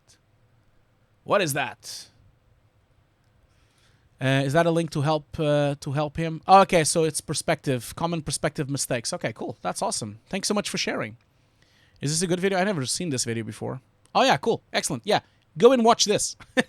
Go and watch this video. This is definitely going to help you with perspective shifting and to know exactly how to do it, okay? So maybe go and watch that. Cool. Thank you so much for sharing on the chat. How many followers do we have now? Let's see if we have more. Cool, 55. You're done, man. You're done. 55 it is. That's cool. That's really cool. Anyway, then the other problem I see on your shot is the black point and white point. So if you look at the Kentucky thing here, which has a white point, okay, so it has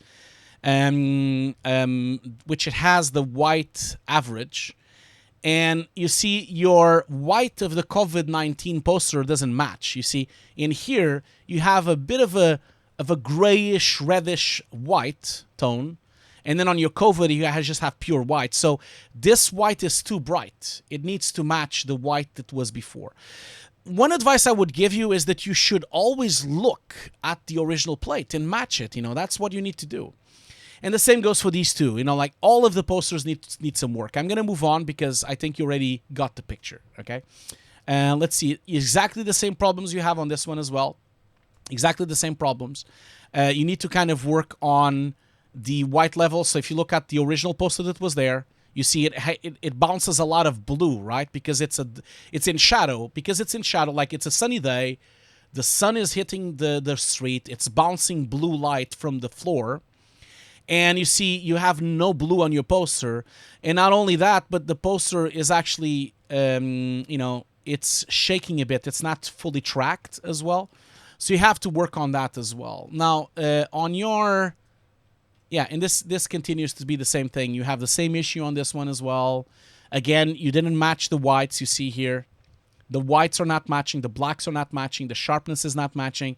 You just have to work on getting your black point and white point to match so that the white levels all match between all your layers, okay?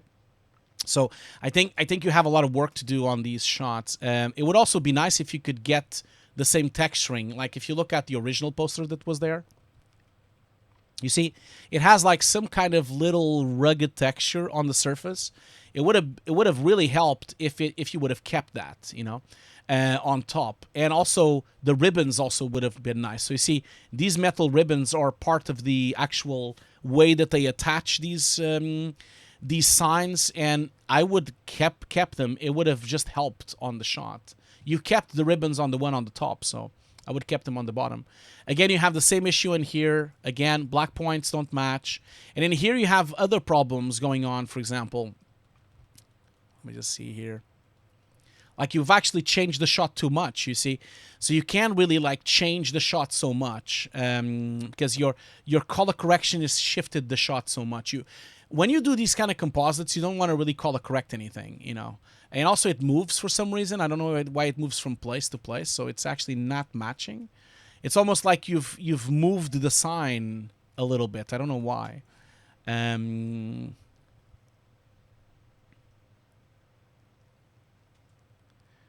Now, this shot here, we just wait for it to play back and show me the thing.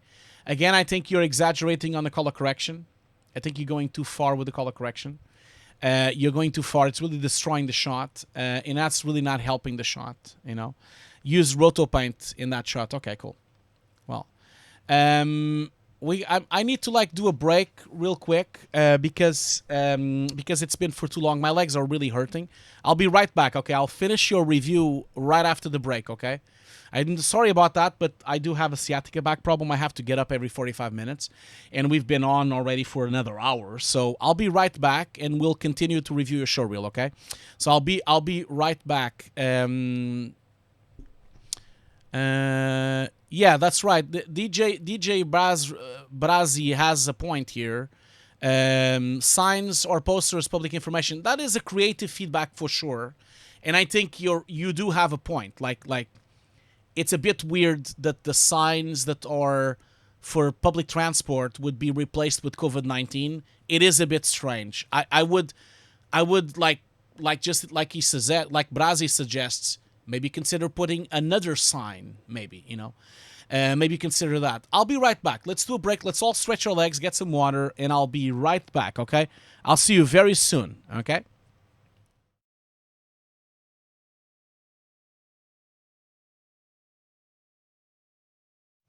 Okay, I'm back. I'm so sorry that I had to do a break, but, you know, I had to stretch my legs and also had to pee as well.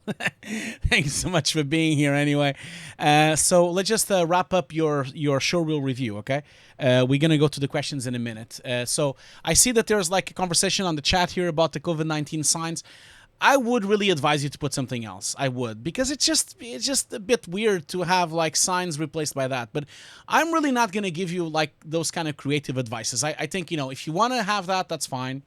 You know, like I just feel like from a compositing point of view, you have those issues that you need to fix. But anyway, let's just move on to the next shot, which was the park, the actual skate shot. So the skate shot, I think you went a bit too far with the color correction. You know why? Because if you look at the original shot, the shot looks great. You see, the greens look great. The color look great. There's no point of you pushing the grade for so much because it just really damages the look of your shot. You know, I just don't think you're trying to hide things, and it doesn't really work. And the flare doesn't really work. Like I would avoid that. I would not keep I would not put the shot so extreme. The other thing as well is like you see, the shot was filmed in a certain way. Right, so that's the original shot is like this, you see, and the depth of field shot, if you look at it, it actually is a very wide shot. The f-stop is probably very high. It's probably like an f-stop of 10 or f-stop of 8 or something. You can kind of see there's hardly any defocusing happening. And then what you do, you go ahead and put more defocus. So the problem with that is that you're introducing defocusing that was not on the shot, and it really makes it look like a miniature. It really breaks the realism of the shot. I don't believe you should put defocusing on the back there.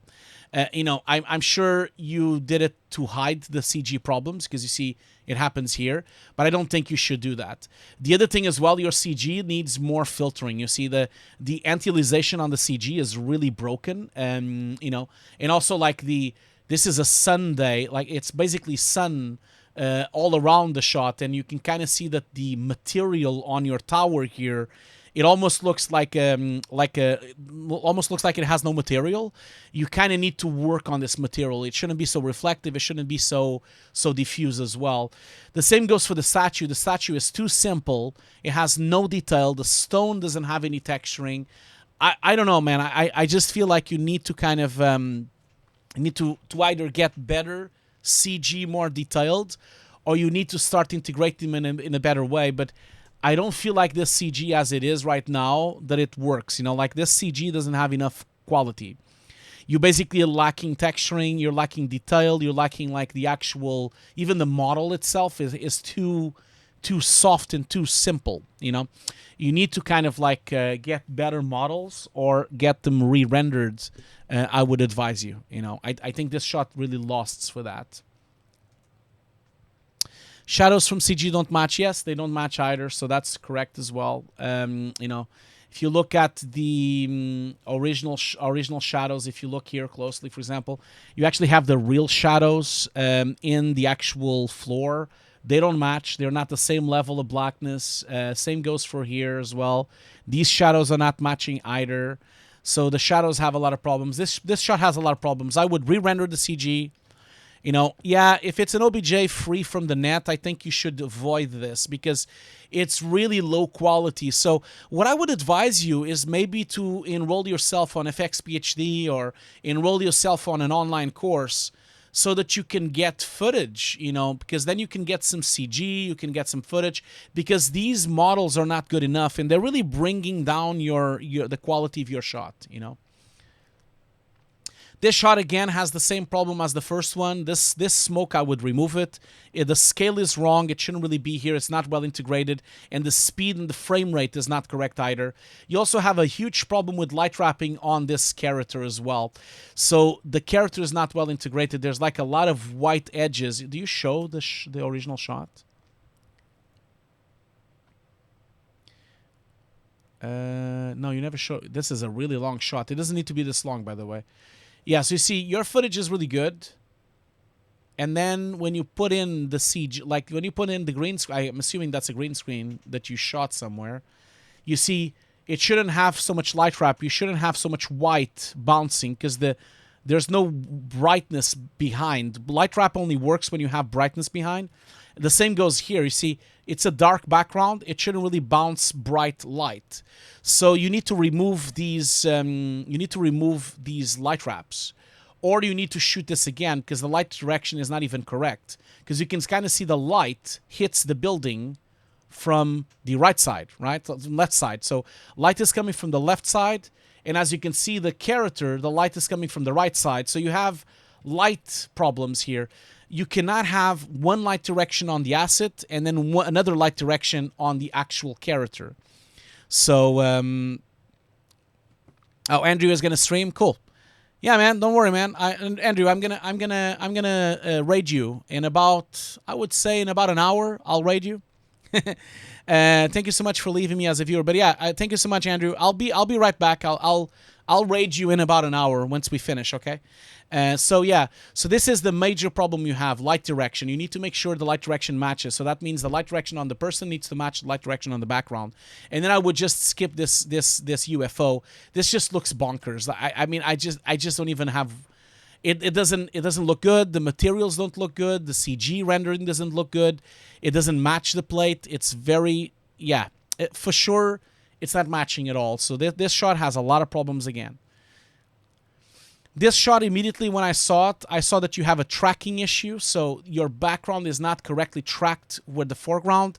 The other thing also that you have an issue is you can kind of see that when she's moving, the track is not matching. The other problem you have as well is this was probably shot with maybe, I would say, let me just go back a bit here. So see, when you look at this and you look at where the crosses are, I would say this was probably shot with a 35 mil or a 40 mil or a 50 mil. And then you put the background, which is like a 24 mil. So your perspective is wrong again. So you need to watch those videos about perspectives. I think you just have to kind of be a bit careful with the perspective shift, you know, because if you would draw some, let me just draw some lines. If I put like, if I go back to her, so you see this, it's obvious that this is like a 50 mil. And if you look at it, if you look at the perspective, like the conical perspective would be something like this. If you look at her. Wait, sorry. Sorry. That was not what I wanted to show. So basically, let's see here. It would be like that. And maybe like this. Oops. God damn it. Maybe like that. So you see, this is kind of the perspective you can kind of see from the arrows there. So that means that the, well, that's actually too much. It would be even less than that. So that means the floor would be like that, and the buildings would be in here. So that's kind of not matching with your CG. Like when you look at your CG background, you went too far. Like your conical perspective is too deep, you know. If you look at here, like it's basically like this and like that. And she doesn't match this. She's not on the same perspective. So you have that problem. I think you need to fix that. Let's see here. Another thing as well is the key. Not as good as the last one you did, especially in here. Like you have a huge black edge there on the hand, which you need to fix. This is also a problem on the transparency on the hair. The hair has a lot of transparency, a lot of noise as well. And then you finish off with this smoke, which makes it look really fake. And again, you have a lot of black edge on the gun, a lot of black edge on the hand as well. And the atmospherics are looking very fake. Why? Because the atmospherics are on top of everything, right? So the atmospherics should be between her and the background. And as you can see here, you should have atmospherics behind and atmospherics in front and atmospherics in the middle. And they should also pick up the color from the background. So you see, when you are on a dark alleyway, like when you are on a dark environment, the atmospherics wouldn't be this bright. They would pick up the light from the spotlights. So that means that it would be brighter around the spotlight, brighter around that spotlight, brighter around that spotlight. But it would be darker on the darker areas because this is a night shot. So you have to kind of like look into that, you know. There's a lot of work on your show reel, I know, but don't despair, you know, like I'm giving you feedback, professional feedback, and hope you can change it. What are you talking about? You didn't get a notification. What do you mean? Notification of what? So, Tarun Verma says he didn't get a notification. What do you mean a notification? Of what? Of the stream, or of a follow, or of a subscription? You need to be, you need to tell me.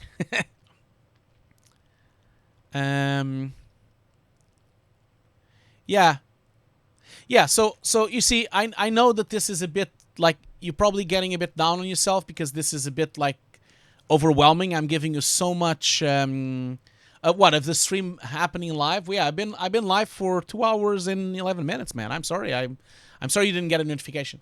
But yeah, it's important for you to understand that these things are a problem. Now, just to finish off, your gun like firing is also wrong. First of all, a muzzle flash would never last this long. So you see 1, 2, 3, 4, 5, 6, 7, 8, 9, 10. A muzzle flash would never be 10 frames. It would maybe be 2 frames, maybe 1 frame, maybe 3 frames. It would never be this long. So the muzzle flash looks like it's in slow motion. The other thing also you have is the muzzle flash would actually be going a little bit brighter and wider, not as yellow, so it wouldn't be this saturated. And also, it should affect, you know, if you had a muzzle flash like this, let me just get this there. Yeah, there you go. You see here, first of all, the muzzle flash would be kind of like that. It would be a little bit larger. It shouldn't be this yellow. And then it should light up this area here. You should be having yellow here. You should be having yellow there. A bit of yellow here. A bit of yellow there. A bit of yellow here. A little bit of yellow here. And then, of course, yellow on her face. So every part that you see here with a little brighter area should have an actual light interaction with everything, you know. So that's another thing that you're missing on that shot. So this shot has a lot of problems. Then this shot also has a lot of problems in terms of integration. It's all over the place. Like this mountain is a different perspective from that mountain, and then that mountain is a different perspective from that mountain. And then all of these environments here are not actually working, because if you think about it, if you look at the light direction of your shot, and you can see that when we look at the original shot, okay? So you look at this shot, you can see that it's a sunny day. If you look at the light direction, you can see the shadow is there, right? So it's like a 12 o'clock shadow. It's like the sun is right up in the sky. It's 12 o'clock. And then when you put your CG, you don't respect that. The lighting is not respecting. First of all, you have, well, where should I begin? Like the shadows are wrong. The depth of field is also wrong. If you look at the way that they are merged into the background, like you see the blurriness doesn't match. I just feel like this shot has a lot of problems. These robots don't match. Like if you look at them, they're not really matching the environment as well. Like you see that there's like a lot of gray values around this spider, and then you don't really integrate them at all. So this shot has a lot of problems as well. And let's move on to the next one. This one here as well. Again, first problem immediately I saw is the shakiness. So you see, you're inside a plane and the shakiness is quite severe, and then these don't shake the same way. They're not shaking at the same level, and also the CG is too low quality. You can kind of see that it doesn't have enough detail, it doesn't have enough texturing, it doesn't have any glass, the materials are all almost the same. And also, like, then your jet as well it has black edges. It looks like it has a pre-multiplication problem. So again, you have quite a lot of problems on this shot as well to fix. But I'm already kind of like doing the same feedback on all the shots. You also have rotoscoping problems here. You can kind of see this white edge there. This edge is not there sometimes, and sometimes you have a white edge. So all this rotoscoping needs to be tidied up as well. And then from a perspective point of view as well, it's very strange that this ship is on a different perspective from the plane itself. So a lot of work that needs to happen on this shot, I think. And then last but not least, I think then it's the last shot, right? It's this one here. I think that was last shot. No, the last shot was that. You have way too many shots. Again, this shot here has almost the same problems you've had on all the other shots. Perspective is wrong. Again, if you start making conical perspective, if I make a drawing here, there, if I make a drawing there, if I make a drawing there, if you look at your vanishing point is going all the way there, so that's your vanishing point. And your CG character vanishing point is like that. So the vanishing points are not matching. That means that this leg should be here, but then the other leg should be kind of there, like it's not, the angle is not correct. So the angle of this render is not matching the angle of your actual plate. Then you also have the same problems as before. Shadows are not matching. Like if you look at the shadow of these bushes, they have a lot of a green bluish tint. Your shadow has no green bluish tint. Your shadow is not as dark or sharp as the other shadows. Again, your black points are not matching. If you look at this poster is too dark compared to everything else. You've exaggerated on the grade again. So it's a shame because you have a nice shot and you just need to kind of like look into putting the correct perspective on things.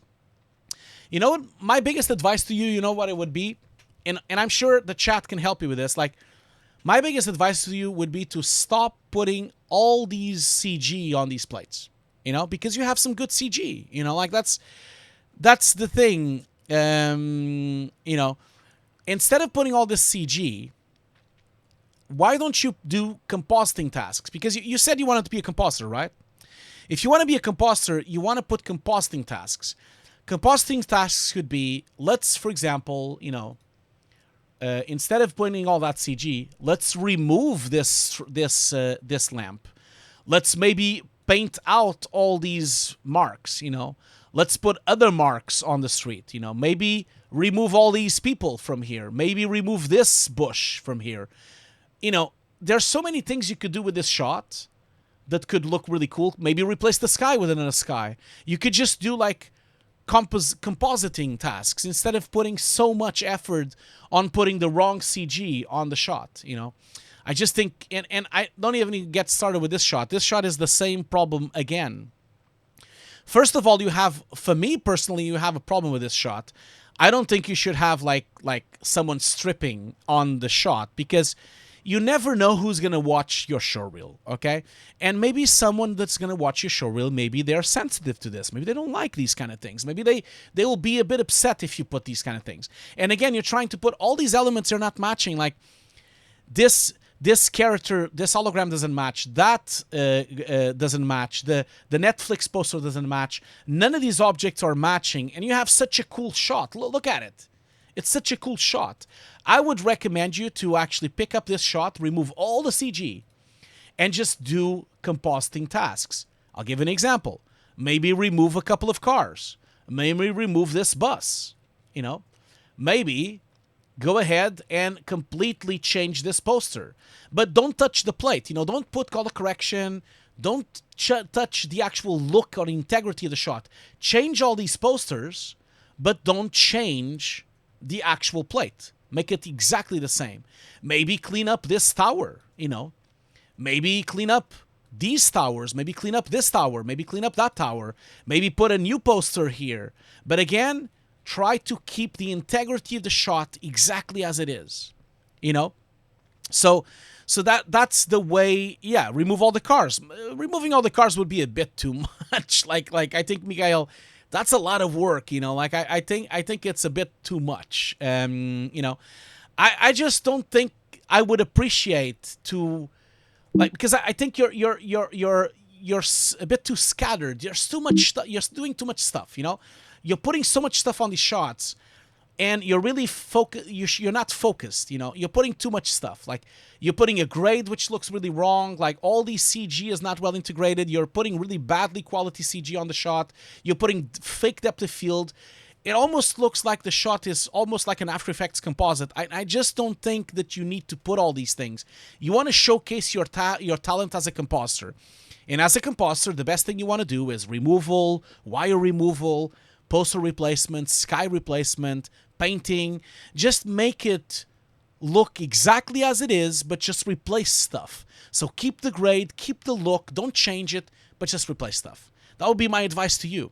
And this is an advice I would give you to all the shots you have, including last one. Like, this is the last one, right? Again, this doesn't work, man. Like, the perspective is all wrong. Like, the giraffe is not on the same perspective as the footage. This cactus is not on the same perspective on the footage. This rock is not on the same perspective either. You have such a good shot, and then you just kind of ruin the shot by putting so much stuff that is actually not the same perspective. It's not even the same lighting direction. If you look at the light of the actual plate, you see, the sun is somewhere there, and you can see it by the shadows on the environment, right? And the problem here is the sun is on one direction, but then you completely replace the sun. Like look, these cactus don't have the same direction. That rock doesn't have the same direction. The giraffe doesn't have the same light direction. This rock doesn't have the same light direction. None of these elements match. The sky doesn't match. The sky is the wrong perspective. The giraffe is the wrong perspective. The cactus is the wrong perspective. The rock is the wrong perspective. I don't want you to be upset about this. Like, this is really important for you to really look at this and really think about, okay, what do I want to achieve with my showreel? I want to be hired, right? I want to be hired. You know, I want to be a compositor. And if you want to be a compositor, you want to make sure you do compositing tasks. Like, you have a really nice shot here. So maybe, if you have this shot, maybe consider replacing the sky only. Or maybe consider trying to put this cactus a bit more further. Or maybe try to remove some of these things on the floor. Maybe try to do some cleanup. You know, that would be what I would consider you should do. Again, I can't thank you enough for sending your showreel to the stream. You know, it's a lot of courage, because the showreel has a lot of problems, but you are definitely in the right path. You know, you have interesting plates, and you can definitely do something with this. You know, like I said, I'm gonna do a really quick recap. First shot, try not to grade so much. Try to match the black point and the white point on all your CG. Please remove this fog. And maybe try to build depth of field. That would be what I would do. Second shot. Again, the shot is so cool. It's a shame that you're replacing and making it look so strange. By the way, I just noticed now here you have a track, like you see here, it's sliding. So your track is sliding. So this is not correctly tracked. It's actually sliding on the roof there. You need to fix that as well. Now, second shot here. Second shot, I would say that you have a good shot here, but you need to wrap up the label completely round on the actual bottle. You need to fix the black point and remove all this glow from that coaster. I would skip this shot. I think it's too difficult for you to make anything out of this.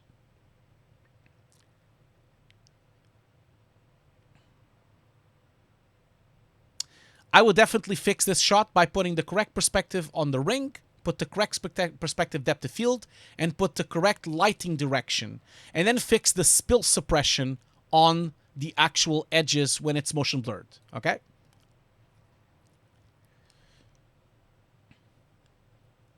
In here, I would really fix the black point and the white point of all these posters. And I would consider something that happened on the chat telling you that you should not put COVID-19 posters. You should probably replace them with other traffic posters. You know, maybe do that instead. But in terms of integration, it's really not working. In terms of black points and white points and integration of depth of field, of grade, you know, all those things. I would skip this shot, and this shot, instead of putting all this CG that is really low quality and put the grade, I would try to do compositing tasks on this shot. If I was picking up this shot, why don't you remove this guy? Maybe remove this person. Maybe remove this person. Maybe remove a couple of them. You know, that would show me that you really know how to do cleanup and how you know how to roto. Hey man, why not replace them all? Maybe remove them, all of them. Maybe take them all out from the shot. That would be a big challenge, but it really would show me that you're really good at cleanup. You know, I would advise you to do that on that shot. And then it's the same on all the other shots. Like, I feel like this shot really doesn't work because the light direction doesn't match. So this person's light direction doesn't match. I would skip the UFO. It's too crazy. The dynamics are crazy. The physics are crazy. It doesn't really work. Also, the materials don't work as well.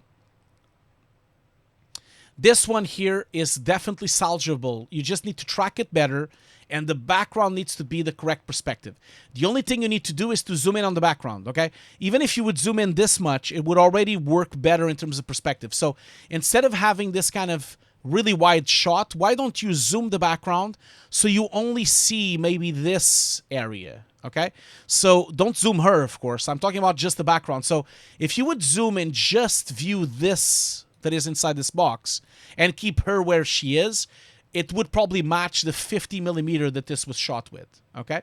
And then you need to like fix some of the edges, and you need to fix the muzzle flash. It needs to be shorter, and it has to have light interaction. I would skip the fog. I don't think you need the fog. And then all these shots, instead of putting all this bad CG on it, skip all of that and do some roto paint work. Maybe remove some of the buildings, maybe put some grass on some parts, patch up the shot. And this would be for all these shots at the end. I would just skip all these things, all this bad CG. Because when you are a junior, you're never really going to work in CG. Okay? Never. What you're going to do as a junior is roto paint and wire removal and keying and rotoscoping. So you want to show those skill sets. You will only touch CG when you become a mid-level or a senior compositor. Okay? Just wanted you to know that. And I would really not recommend having a girl stripping. Most of the recruitment, like a lot of recruitment people or women, they might not like this. I don't think it's a good idea. Like I said, I think you should do some rotoscoping paint work, you know. But yeah, roto paint, clean up, and leave the shots alone. And I can't thank you enough for you to share this showreel with me, because I think everyone on the chat here learned a lot from a showreel like this, especially juniors. I really believe so. And I don't want you to give up. I don't want you to give up, you know. Go forward, because you already have the plates, man. You have the plates, and you can make this work. And you have a couple of shots that really work. So you just need to fix them. And I think if you do that, you know, you can definitely have a really good showreel and get a job. You know, just try to like learn about compositing, learn about lighting, learn about perspective, learn about photography. Maybe try to take some photos, you know. I really think you have some good plates and you have some good ideas here, but maybe try to make it a bit better, because don't give up, don't give up. Thank you so much for sharing. And with that, I'll leave you, and I can't wait to see your next showreel. Okay, I hope you can share it with the chat. We'll all would love to see your new showreel. Okay, you're definitely on the right path for sure. You just need to like work a bit more on these shots and really pay attention to not just my feedback, but there's been a bunch of feedback on the chat, and I think they've been very helpful, trying to help you steer into the way that you need to do it. I think that was great. Anyway, let's answer some questions, and then we're going to move on to the next showreel. Let me just double check if the next person is actually here. Because if he's not, then we're going to need some more showreels. Let's see here. So we just did... So these ones were not here. And then this one was here. So that's the last one I have? Oh, man. I think that's the last showreel I had. Oh, no, I have this one as well. So can I ask if Unar Khan is here? Is he here? So this would be the next showreel. Would be Unar Khan.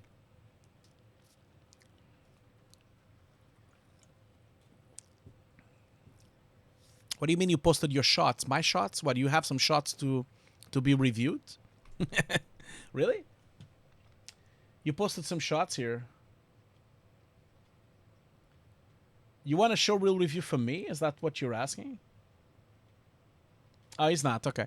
Oh, he's not. Okay. So if he's not, then we need to get the next person. Okay. So then none of these people are here. Let me just double check if maybe some of the old ones that I've opened are here. Is Jonas here now? Is he here? Let's just double check if Jonas is here. Is Jonas back, or has he left? So we're trying to locate Jonas for the showreel review. We also would like to locate Domenico as well. Maybe he is here now. And then we also are trying to locate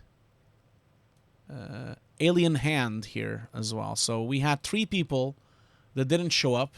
So is any of you here? So either Jonas, Alien Hand, or Domenico. Are you here? None of them are here. Okay, fine. Okay, so then that is it. Let me just open the next one then. So who is the next one then? Can the moderators tell me who's next? Who's next? Next would be...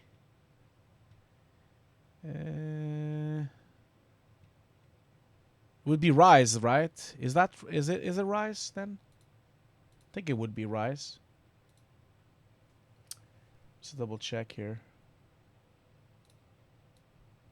Yeah, so let's download this one.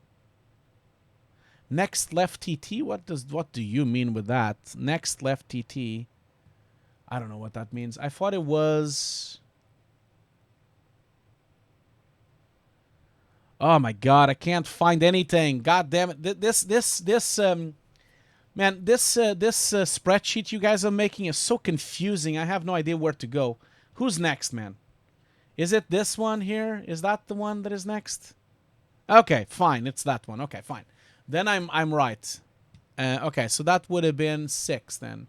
If he's here though, like no one is here today, so let's see if they are there. Let's see here. So let's see here. Is he here? Let's see here. I don't know if I can pronounce your name. So is not gonna be able to say this, am I? Is Rishikhant Pandian? I hope it's like this. Is he here? Oh, cool. You're here. Yay! Okay. I'll be right back to this. I'm gonna just answer some questions because there's so many questions on the chat. Okay, so we'll do the showreel again. We'll do the showreel review soon. Let me just go back into the questions here. So where were we? Questions. Okay, so vertical monitor we already talked about. Polymonger switchback. Okay. Okay, Okay, no, that's done. Okay, Psalm 2788. Psalm 2788 asks, "Will you consider hiring any compers?"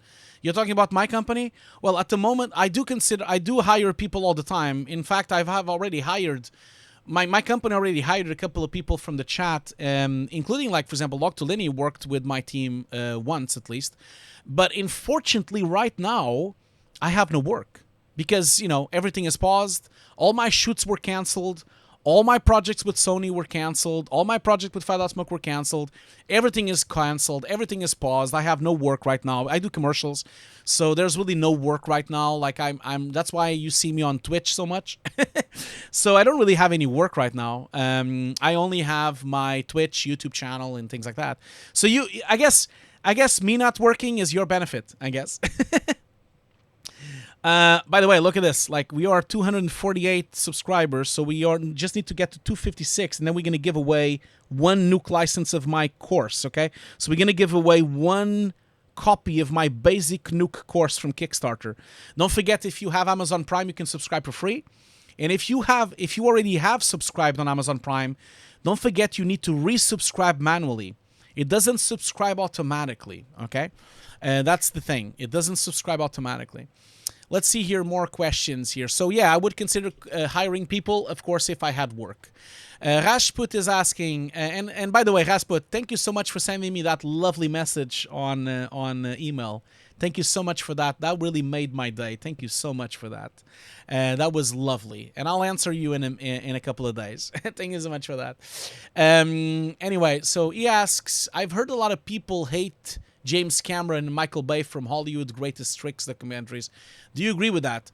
Well, I don't think people hate James Cameron and Michael Bay. They just, James Cameron and Michael Bay are very, like, especially Michael Bay. Michael Bay films really fast, and he films really, really quick. And a lot of people really don't like that because they don't really have time to react. And sometimes when you're doing visual effects, you don't have time to do the HDRs or to do the tracking markers. And James Cameron is a perfectionist. I don't think, I think they hate them like they hated Kubrick, and also they hate David Fincher.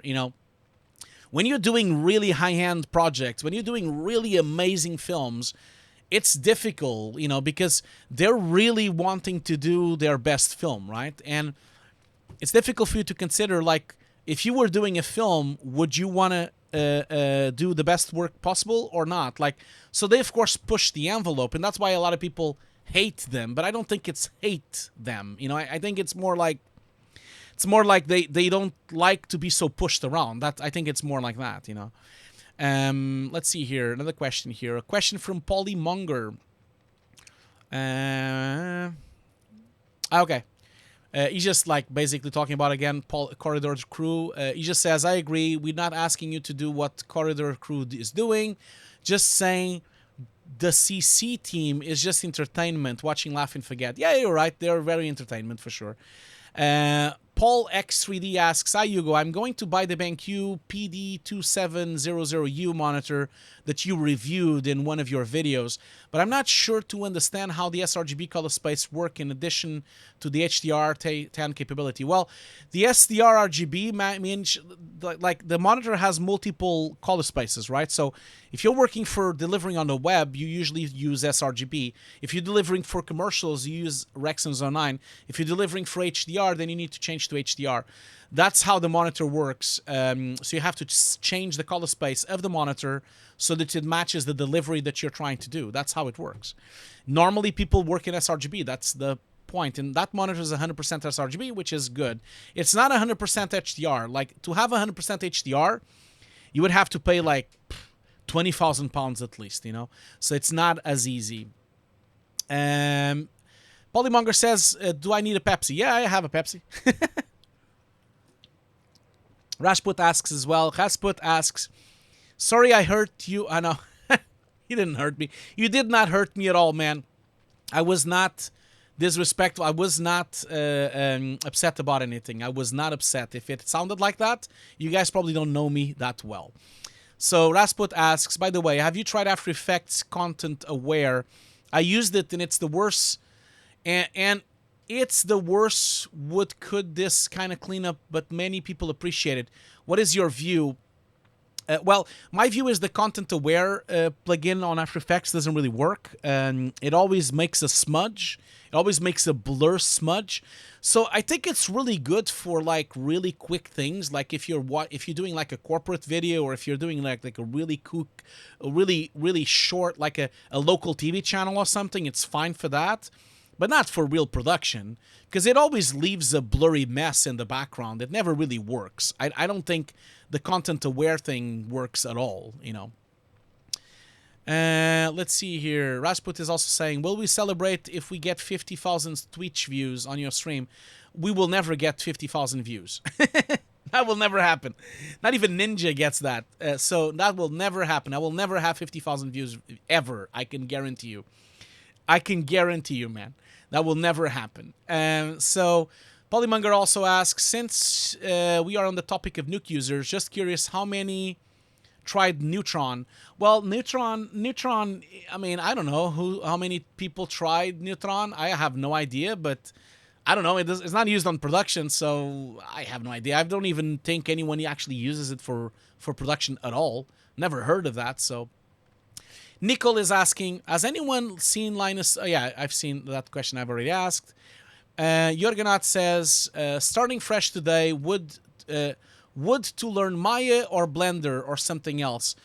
Jorgenat, I would say that Maya is too old now. I would not, Maya is the industry standard. So if you want to work in the industry, you need to learn Maya. But I would advise you to learn Houdini, But please keep in mind that it is important for you to understand that you should learn CG as a whole.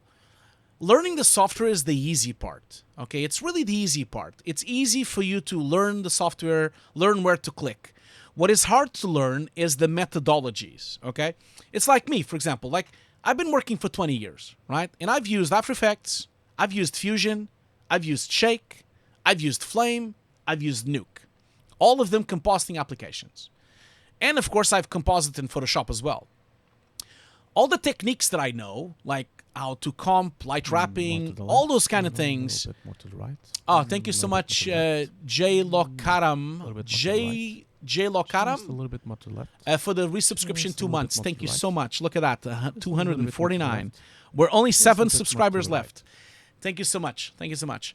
So I would say that learn the core skills. Learn how to model. Learn how to do typology. Learn how to do UVs. Learn how to light a shot. Learn how to composite a shot. Learn how to actually do composition. Learn about f-stops. Learn about depth of field, motion blur. Don't waste time just on softwares, because softwares come and go. Like I said, I've used After Effects, I've used Fusion, I've used Nuke, I've used Nuke on all my life.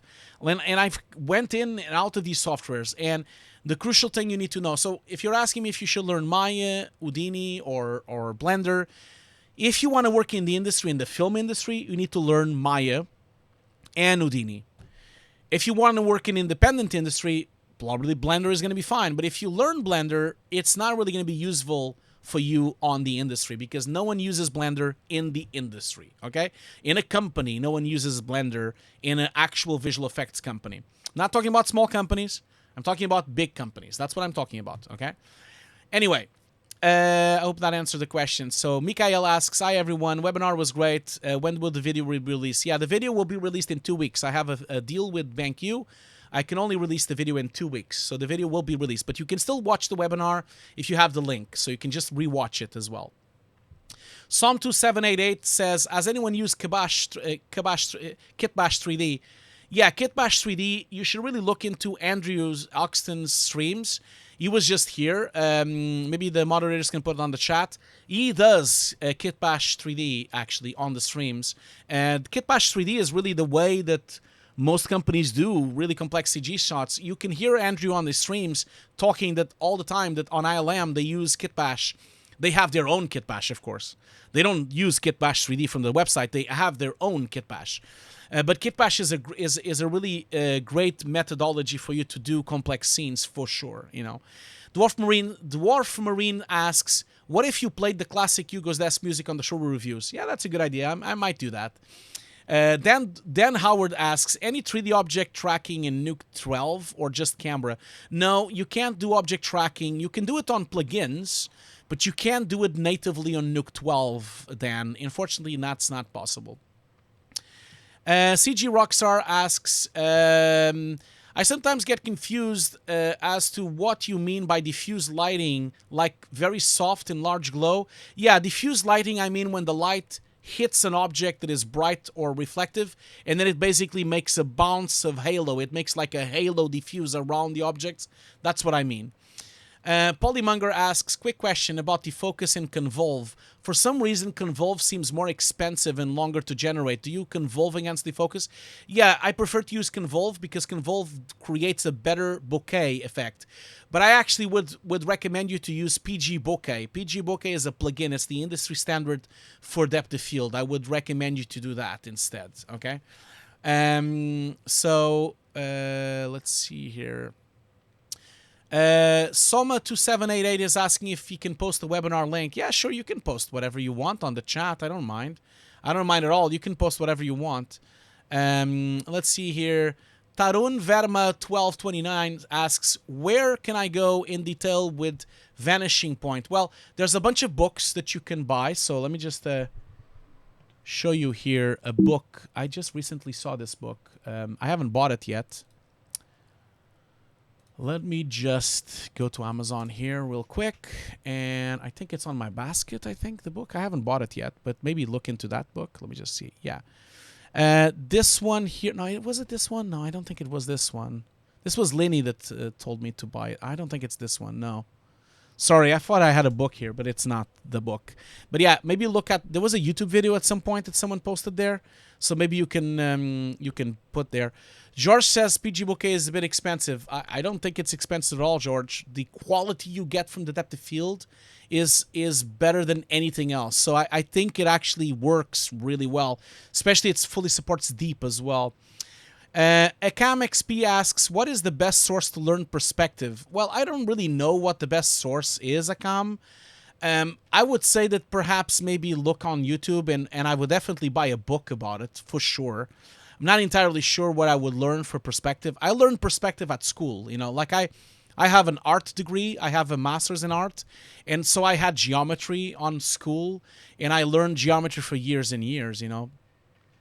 I can review, Philip, I can review any type of showreel for sure. Like when I was the VFX supervisor at the mill, so I review any type of showreel. It doesn't need to be compositing. It can be any type of showreel for sure. If you want a second opinion, I know Ludo is also reviewing showreels, so you can also ask Ludo from the Twitch channel, Keep Calm, and I am on VFX. You can look at him as well. He also reviews showreels. He's reviewing all showreels as well, but obviously his specialty is matte painting as well. Let's see here. Mikael says, how's the partnership application going? Got some lags. Yeah, I still haven't got it. So, still haven't got it. I'm still waiting. Supposedly, I'm going to get an answer by Tuesday. I don't know. I'm not very confident about it. We've talked about this already. I'm not going to talk about this again. Rise20 asks, hi Hugo, what do you think the future of compositing? What impact does virtual production will have in compositing? I don't think it has any impact whatsoever. Compositing will never go away. Don't forget that you still need to comp the CG, you still need to comp and clean up wires, you still need to wire removal. Sure, even if virtual production replaces some of the green screen, you still have all the cleanup, all the CG integration, all the matte painting, all the other stuff to comp. There's so much other stuff than keying. I keep having this question from people asking, oh, is virtual production gonna ruin compositing? It's not. Like, compositing is not just keying, you know? Compositing is so much more than just keying.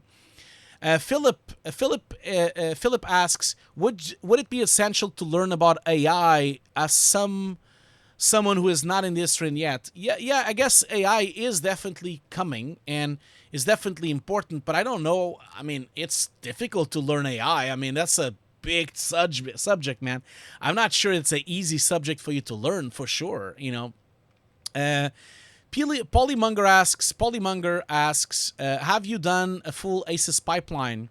Yes, I have. Like I I only do Aces now. I've done 3 productions in Aces, so all my CG is in Aces, all my compositing are in Aces.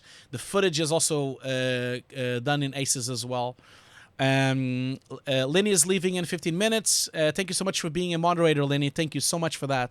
Thank you so much for that, for being a moderator. Okay, cool. We're done with the questions. That is awesome. There's still 120 people watching. Look at that. I have a couple of people to... Oh, my God. To the left. No, Jesus, that is a lot. Okay. Okay. Okay, look at that. We are 2 subscribers away. Just a little bit more to the left.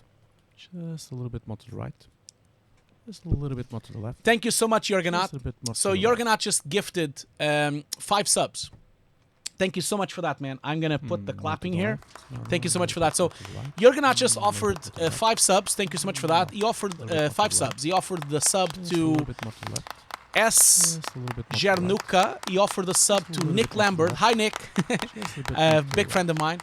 He also offered the sub to Osama VFX. Osama VFX. He also offered the No.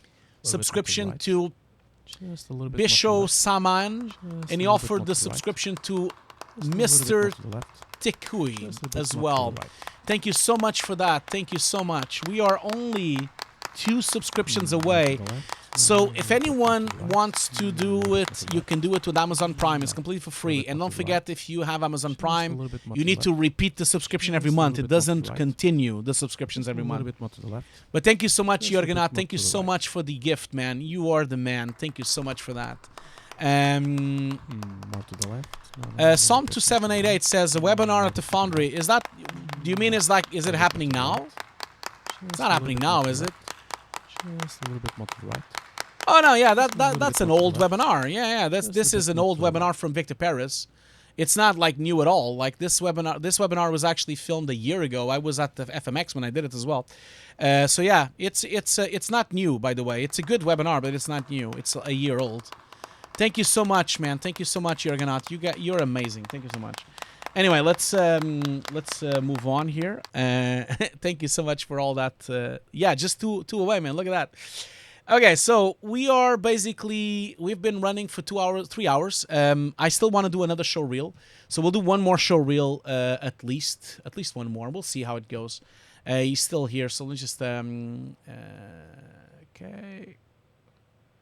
Yeah, but we might do a break before we do the show reel. I think we should do a break to stretch our legs. We've been going for 3 hours, and I still wanna kind of like raid Andrew. So don't forget to stick around, and let's raid Andrew with our party. He's gonna be very happy with that. Okay, so let's do a short break. Okay, so just a short break, like maybe 2 minutes or 3. We'll be right back. Okay, I'll be right back, and we'll continue with the Showreel Reviews. I'll talk to you very soon.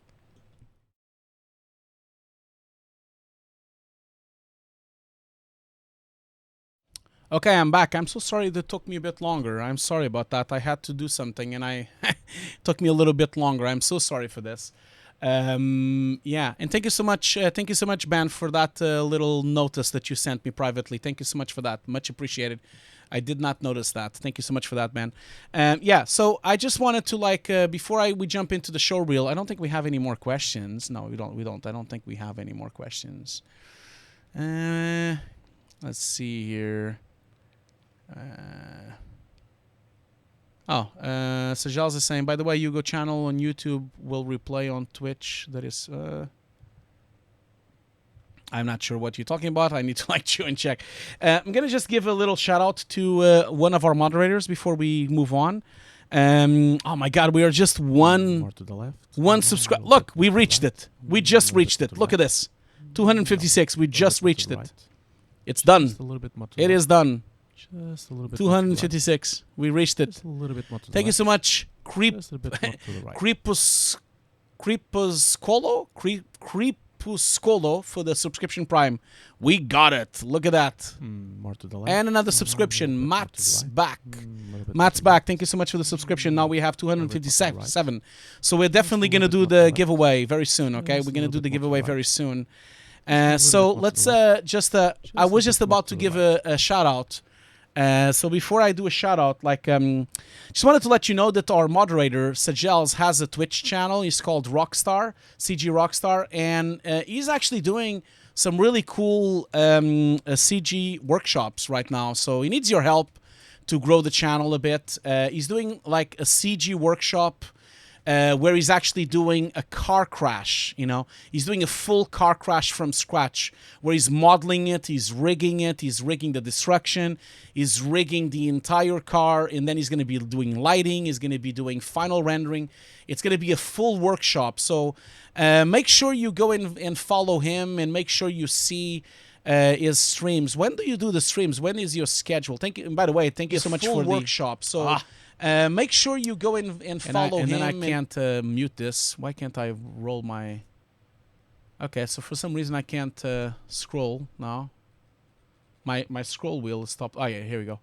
Thank you so much for hosting my channel, Sajals, by the way. So Sajals' schedule at the moment is Tuesdays, Fridays, and Saturdays. It's showing up on my time zone. So it's Tuesdays, Fridays, and Saturdays just before my streams. It's 1:30 p.m., 2:30 p.m., 1:30 p.m. always. And this is European London time.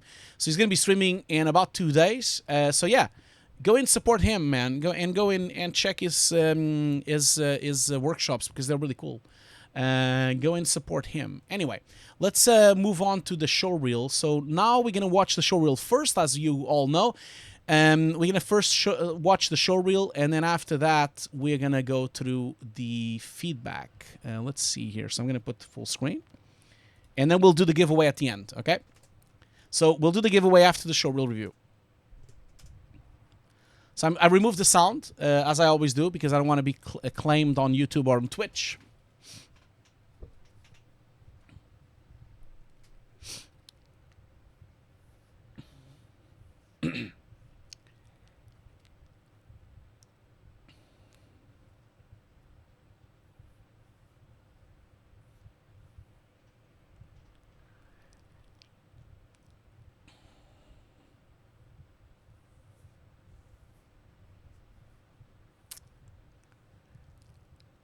This is a cool showreel, but you have a couple of things. So thank you so much. First of all, thank you so much. Thank you so much for waiting, and thank you so much for sending the showreel our way. I really appreciate that you're sharing this with 121 people. I am so appreciative of you sharing the showreel with everyone. So thank you so much for being here. I hope you're still here. Are you still here? You were here. Are you still here, Rise? You were here. I'm calling you Rise because that's your name on Twitter. Are you still here? Let's see here. I thought you were here. Oh, you are. Okay.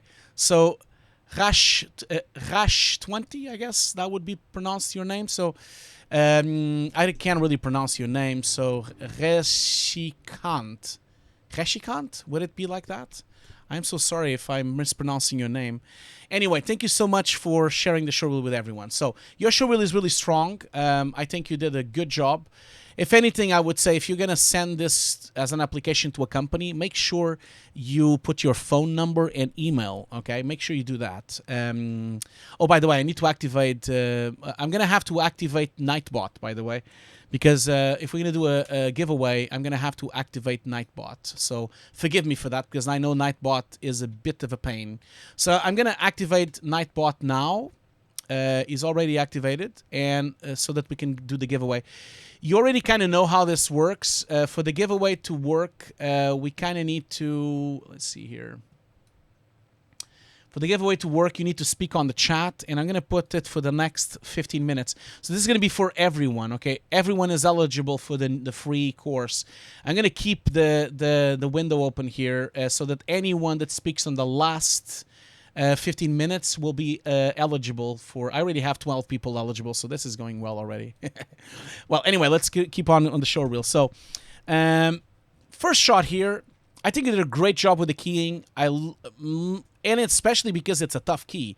Your green screen is not even at all, and it's quite impressive that you actually pulled such a good key. But your hair detail is looking really nice. I think your color correction is quite on spot as well to match it. The only thing I don't really enjoy on here is the depth, like the depth of field rack defocusing. it feels to me a bit fake. Like, it feels to me that she's a bit too blurred.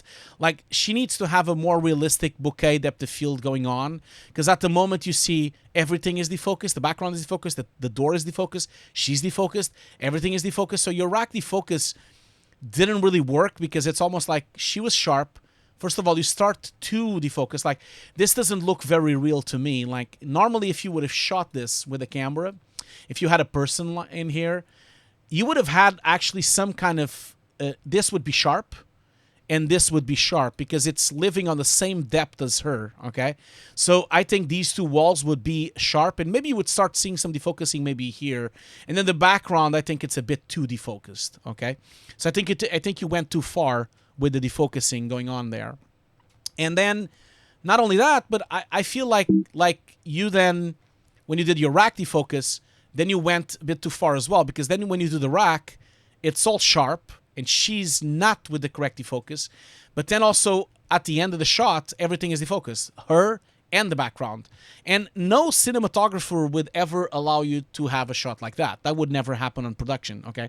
So that's the thing. So you need to kind of look into that. I think you need to look into that. So the key looks good, the integration looks good. It's just the depth of field really that needs some work, I think. So you really need to kind of fix that. Now, let's move on to the next shot. This shot looks really solid. I think you did a great job. Let's start with this poster here. You did a great job with the integration with this poster. I think the black points look really nice. The white points look really nice. If anything, the track is a bit tricky, because I can kind of see the rolling shutter of the lens of the camera. Rolling shutter is a really pain in the ass, and because of the rolling shutter, you can kind of see that there's a little bit of sliding on the poster, but not much, and I don't think you can ever fix that anyway. I think that's unfixable, really, to be honest. And then the other poster you put on the back there on the other lot, that looks terrific as well. I think you did a good replacement. Some good roto going on here. Let me just wait for it to play back. Yeah, I think you did a good integration. The bus roto is good. The integration depth of field is good. The rotoscoping is good. Again, the rolling shutter of the sensor is really damaging your track, but there's not much you can do about it, unfortunately. That's the thing. That's the issue here. Okay, so we have 45 people so far on the giveaway. Only 45 people. We have 120 people. I need to remind you, if you want to have the Nuke course for free, you need to talk on the chat. If you don't talk on the chat, you won't be eligible to get to be on the giveaway. If you don't actually at least say one word on the chat, even if you just say hello, you won't be able to be eligible for the giveaway. Okay, don't forget that. Okay, and also this goes without saying, if you're already one of my students, there's no way you can't get the course again, because you're already one of my students. So obviously, if you are one of my students, the maximum I can give you is maybe a t-shirt of Hugo's desk, and then we'll roll again if you are one of my students, okay? So that would be it. By the way, this showreel is great, by the way. Like, your showreel is really, really good. I think you did some really good work here. Let's keep going here. So on this shot here, again, another really good plate. You integrated some matte painting. I guess this is kind of matte painting CG, perhaps, that you have there. It does look like a CG. If anything, the first reaction I had is that your depth of field is looking a bit fake. I think especially when you look at the actual shot. Let me just go back here and show you what I mean. Let's look at the original plate. I'm just going to go a few frames back. So see, this shot was shot with a very wide lens, and pretty much I would feel that this is probably a very high f-stop. It's probably like an f4, or maybe a sensor that's really small.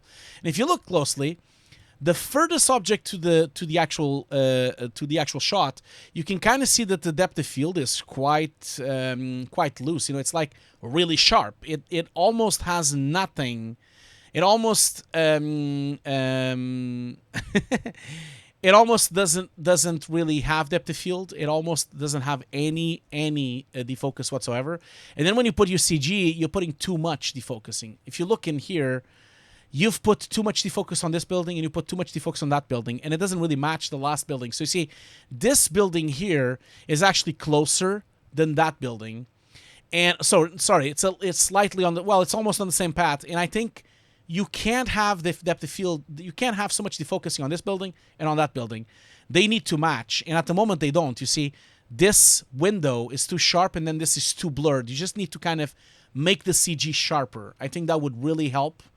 And the same goes for the background there, I think, because if you look at this, well, this one is okay. That's how sharp that building is, and then when you put the other building, oh, that one is okay. I think that one is actually quite nice. So yeah, but it's a really good shot. I'm really nitpicking, okay? Now, in terms of tracking, it also looks pretty solid to me. I don't really see any issues. It's just the depth of field, really, that bothers me. I also would say that maybe, well, there's not much motion blur. I think the shot is terrific. I just feel you went a bit too far with the depth of field. You know, like, I think that's the only thing I would say. Now, this shot here, again, very nice. You did some really nice integration with the tattoo and a really nice integration with the actual cloth. You can kind of see the cloth is moving, although it is a bit fake, the cloth moving. If you look closely, the ripples don't really work correctly. Like, that is incorrect. It shouldn't round itself like that because this is just stretching. It would not really affect the surface of the text. So I think your ripples are a bit fake when it rotates too much like that. I think you need to look at the end of it. I think the beginning looks really nice, and you did a really good job here on the beginning. But then as it rotates there and it gets curved, I think this is a bit fake. Now, for the face itself, I think you did a good job. It's well integrated. The depth of field looks nice to me. It looks quite solid. And the motion blur also looks rather nice. I think you did a great job here. Very good work. It's really just the wrinkling and the displacement of the lower shirt, especially on these frames here, that you went a bit too far and it's too rounded, you know. I would say that. We have 61 people eligible so far. So we have 130 people watching and only 61 people that want the course, I guess. I guess people that already have the course maybe don't want to talk. That's probably wise because they're not going to get the course anyway. But yeah, we only have 61 people eligible. So don't forget, if you want to be part of the giveaway, you need to talk on the chat. Don't forget that. There's only 61 people eligible at the moment. So, oh, the chat is in slow motion right now. Who put the chat in slow motion? Okay. Okay, that's good. That's nice. Okay, so let's move on to the next shot. Now, this shot is probably the one that I think you have a couple of more problems than any of the other shots, and I think it has to do with the motion blur. The motion blur looks very fake. If you look at the person walking, right, you see the level of motion blur that the person, like, not just the motion blur, but the depth of field as well. So you see the sharpness on this person is not matching the sharpness on the robot. I think you are blurring your robot too much. Especially when I zoom in, you can kind of see that he still has quite sharpness, especially on the shoe and on the face. And then you blurred the robot too much. Not only the depth of field is too much, but the motion blur is also too much. If you look closely here, the motion blur on the legs, for example. You see, if you go from frame to frame, there's almost no motion blur going on the character. Like, the person almost has no motion blur. But then your CG has an enormous amount of motion blur. So your motion blurs are not matching. And this is probably because when this was shot, they shot it with a very high shutter speed. And that's why you see that he almost looks like he's frozen in time, the person running.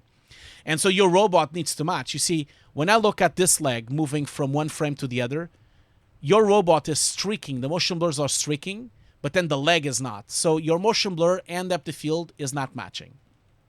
Now, in terms of black point to white point, I think it's matching. I think that's fine. If anything, I think it's just the motion blur and the depth of field is really lacking in that process there. One thing I would say is I think you would bounce a bit more. Well, let me just double check this here. I have a feeling we would have more shadow though, because the character. Well, maybe not. I mean, it's fine. One thing I would consider, and this is just the stylistic and a creative aspect of it, if such a heavy robot would hit the floor, you would leave a mark. Okay, I think you would leave a few breaks on the tiles, and you would basically leave some breaks on the footsteps. So maybe consider tracking in a little bit of like breakness in the floor I think that would really work, you know. I would do that. I would definitely put some tiles braked. Maybe use some stock footage for that. Maybe use some CG, but that would work really well. Anyway, your showreel is really good. It's like I said, considering if I go in and do a wrap up on it, first shot, the only problem you have is the depth of field rack defocusing is not working as it should, and the blurring level is not working. In here, I really have nothing to say. You did a great job. In here, I think you went too far with the defocusing of the buildings on the back. You need to work on that a bit. In here, I have a bit of a problem with the look at my face logo. I think it goes a bit berserk at the end there, especially when it starts from here, when it curves there, and then also at the end. Like, I think you need to work a bit more on it. You know, it's also looking too blurred. If you look at it, it's not really matching the actual surface. So you see, in here, you have like a type of blurriness on the actual shirt, and it's not matching on the text. So you kind of need to like look into that. Now, last but not least, like I said, the motion blur is too heavy on this robot. The depth of field is too heavy on this robot, and I would really advise you to put some brakes to break the tiles on the floor because the robot is so heavy, you know. So that would be what I would say. And apart from that, very good showreel. So thank you so much for sharing the showreel with the chat, and I hope you can consider allowing me to share it on YouTube as well. I think that would be nice.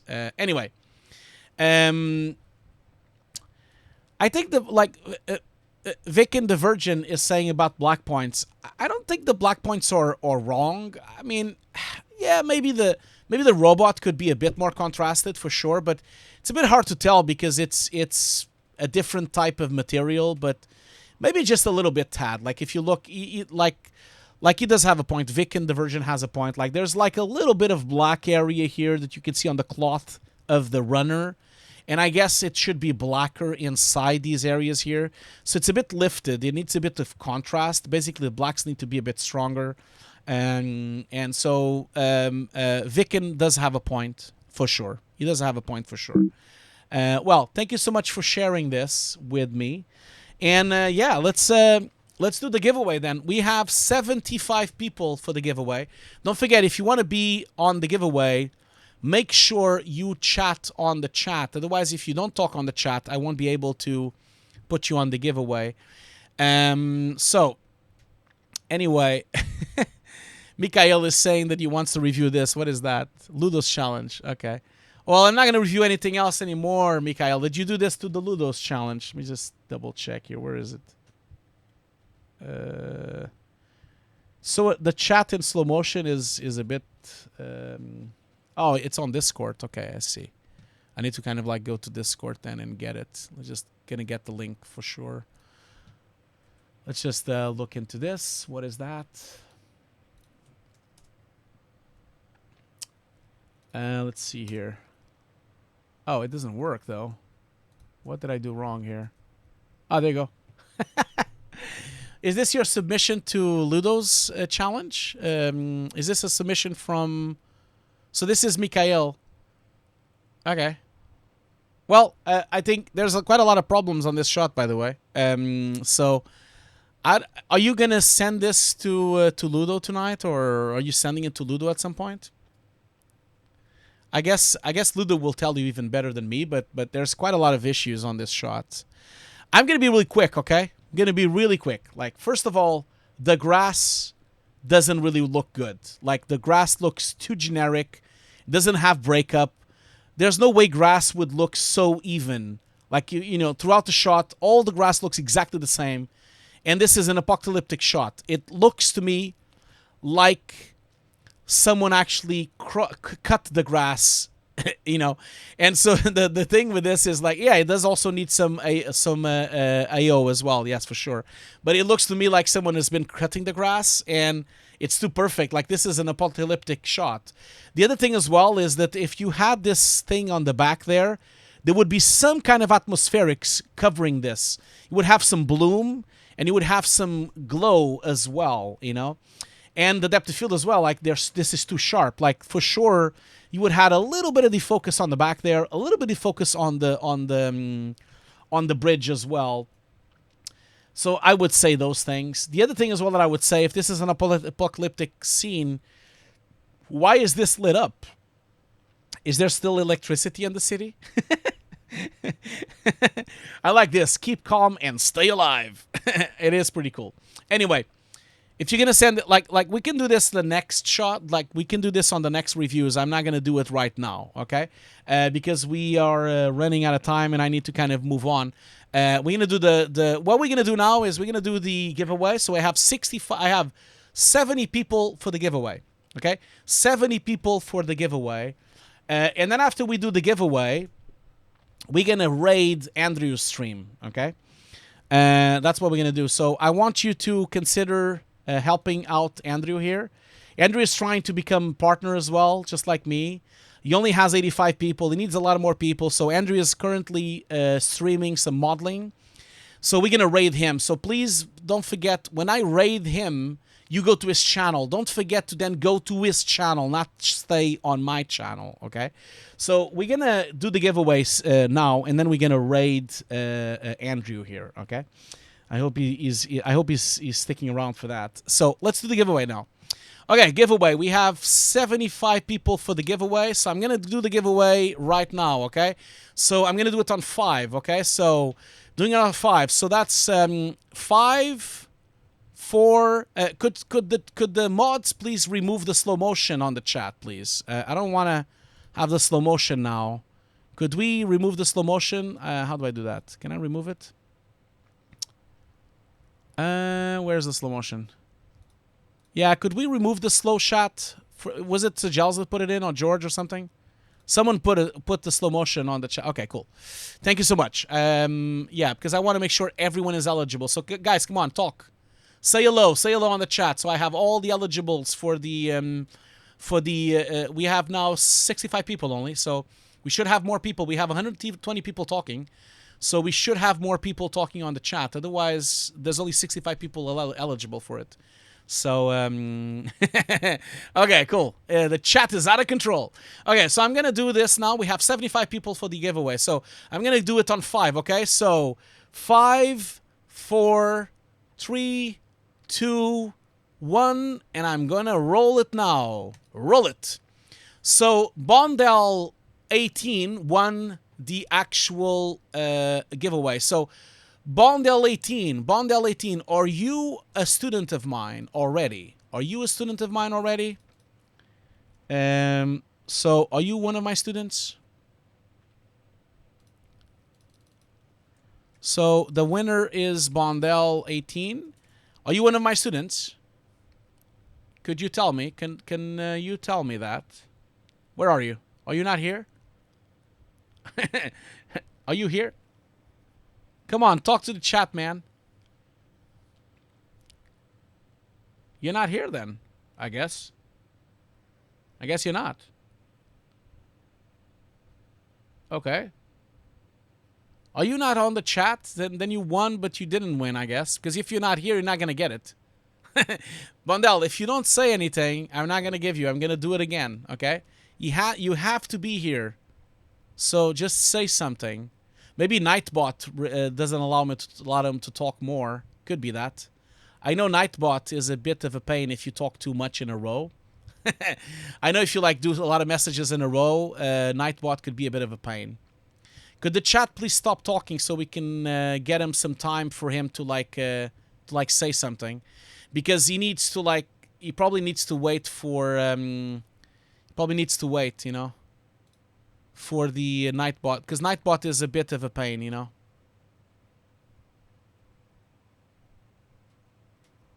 Yeah, it could be out, I guess. It could be on a Wii. I guess so. Man, today is not the day, is it? Because we always have this problem today. Like, people never showed up for the showreels. Like, is he here or not?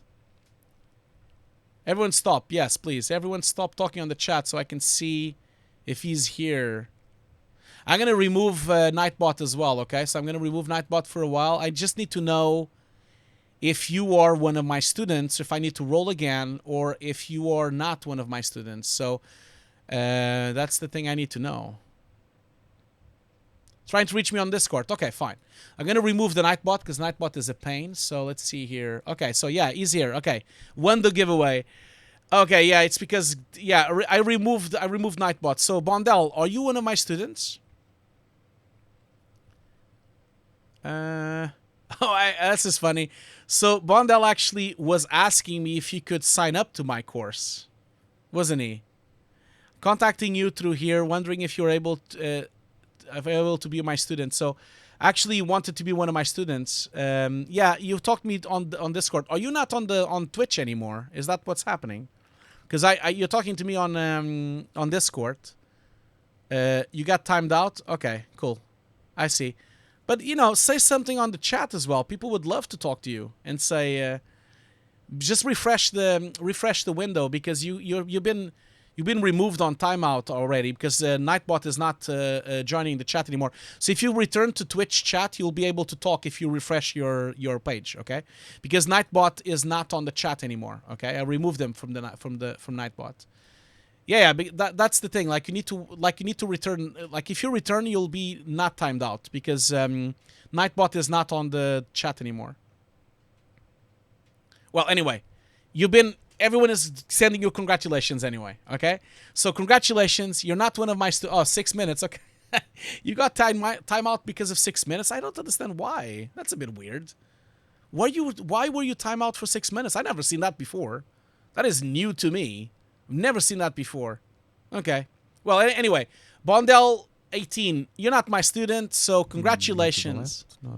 Oh, lucky viewer. Thank you so much, lucky viewer. Lucky viewer is subscribed for 2 months in a row. Thank you so much. Congratulations. Congratulations. That is weird. I didn't know that people would be timed out from the chat. That is the first thing I've seen. That is the first thing I've ever seen. Okay, anyway. So, Bondel, just send me your email at some point, okay? Just send me your private email so that I can give you the giveaway, okay? So, we're going to have another giveaway. Yes, don't worry. We'll have another giveaway, but the next stream, not today, okay? We won't have so what I'm thinking here is now is that this is 256, so maybe we'll go to 300. Let's try to get to 300, because now we're reaching the end of the month. That means people can resubscribe to my channel. So let's go to 300. But I'll do it on the next stream. So we'll do it on Tuesday. So, yes, Bondel, you can send me the email through Discord. It is a private message. Don't worry. So, I'm going to let's wrap up by raiding Andrew then. Let's do that.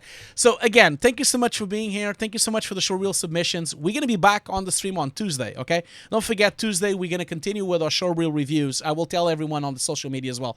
Again, thank you so much. There was always 120 people all the time here today. We had a really good average today. I think we had an average. Let me just double check. I can just go and double check real quick what the average is today of our stream. Let me just double check real quick here, just to see if it was. Yeah, look at that. We had an average of 100 today. Thank you so much for that. Thank you so much. You guys are amazing. So let's raid Andrew then. I think you'll love it. Don't leave just yet. Let's just raid Andrew. Okay. Just like putting it on here so that I can see it as well. I want to see the raid. Let's do the funny thing. We're gonna raid himself. For some reason I can't load his video though. Why not? I can't load his stream though. Is he offline? Oh no, he's not offline. Okay, so let's raid Andrew then. And thank you so much for everyone. Thank you so much, guys. You guys are the best. Let's raid him and stick around on him. So raid channel, and I'm gonna raid Andrew here. Okay, so let's raid here. Start raid. There you go. In 8, 7, 6, 5, 4, 3, 2, 1. Raid.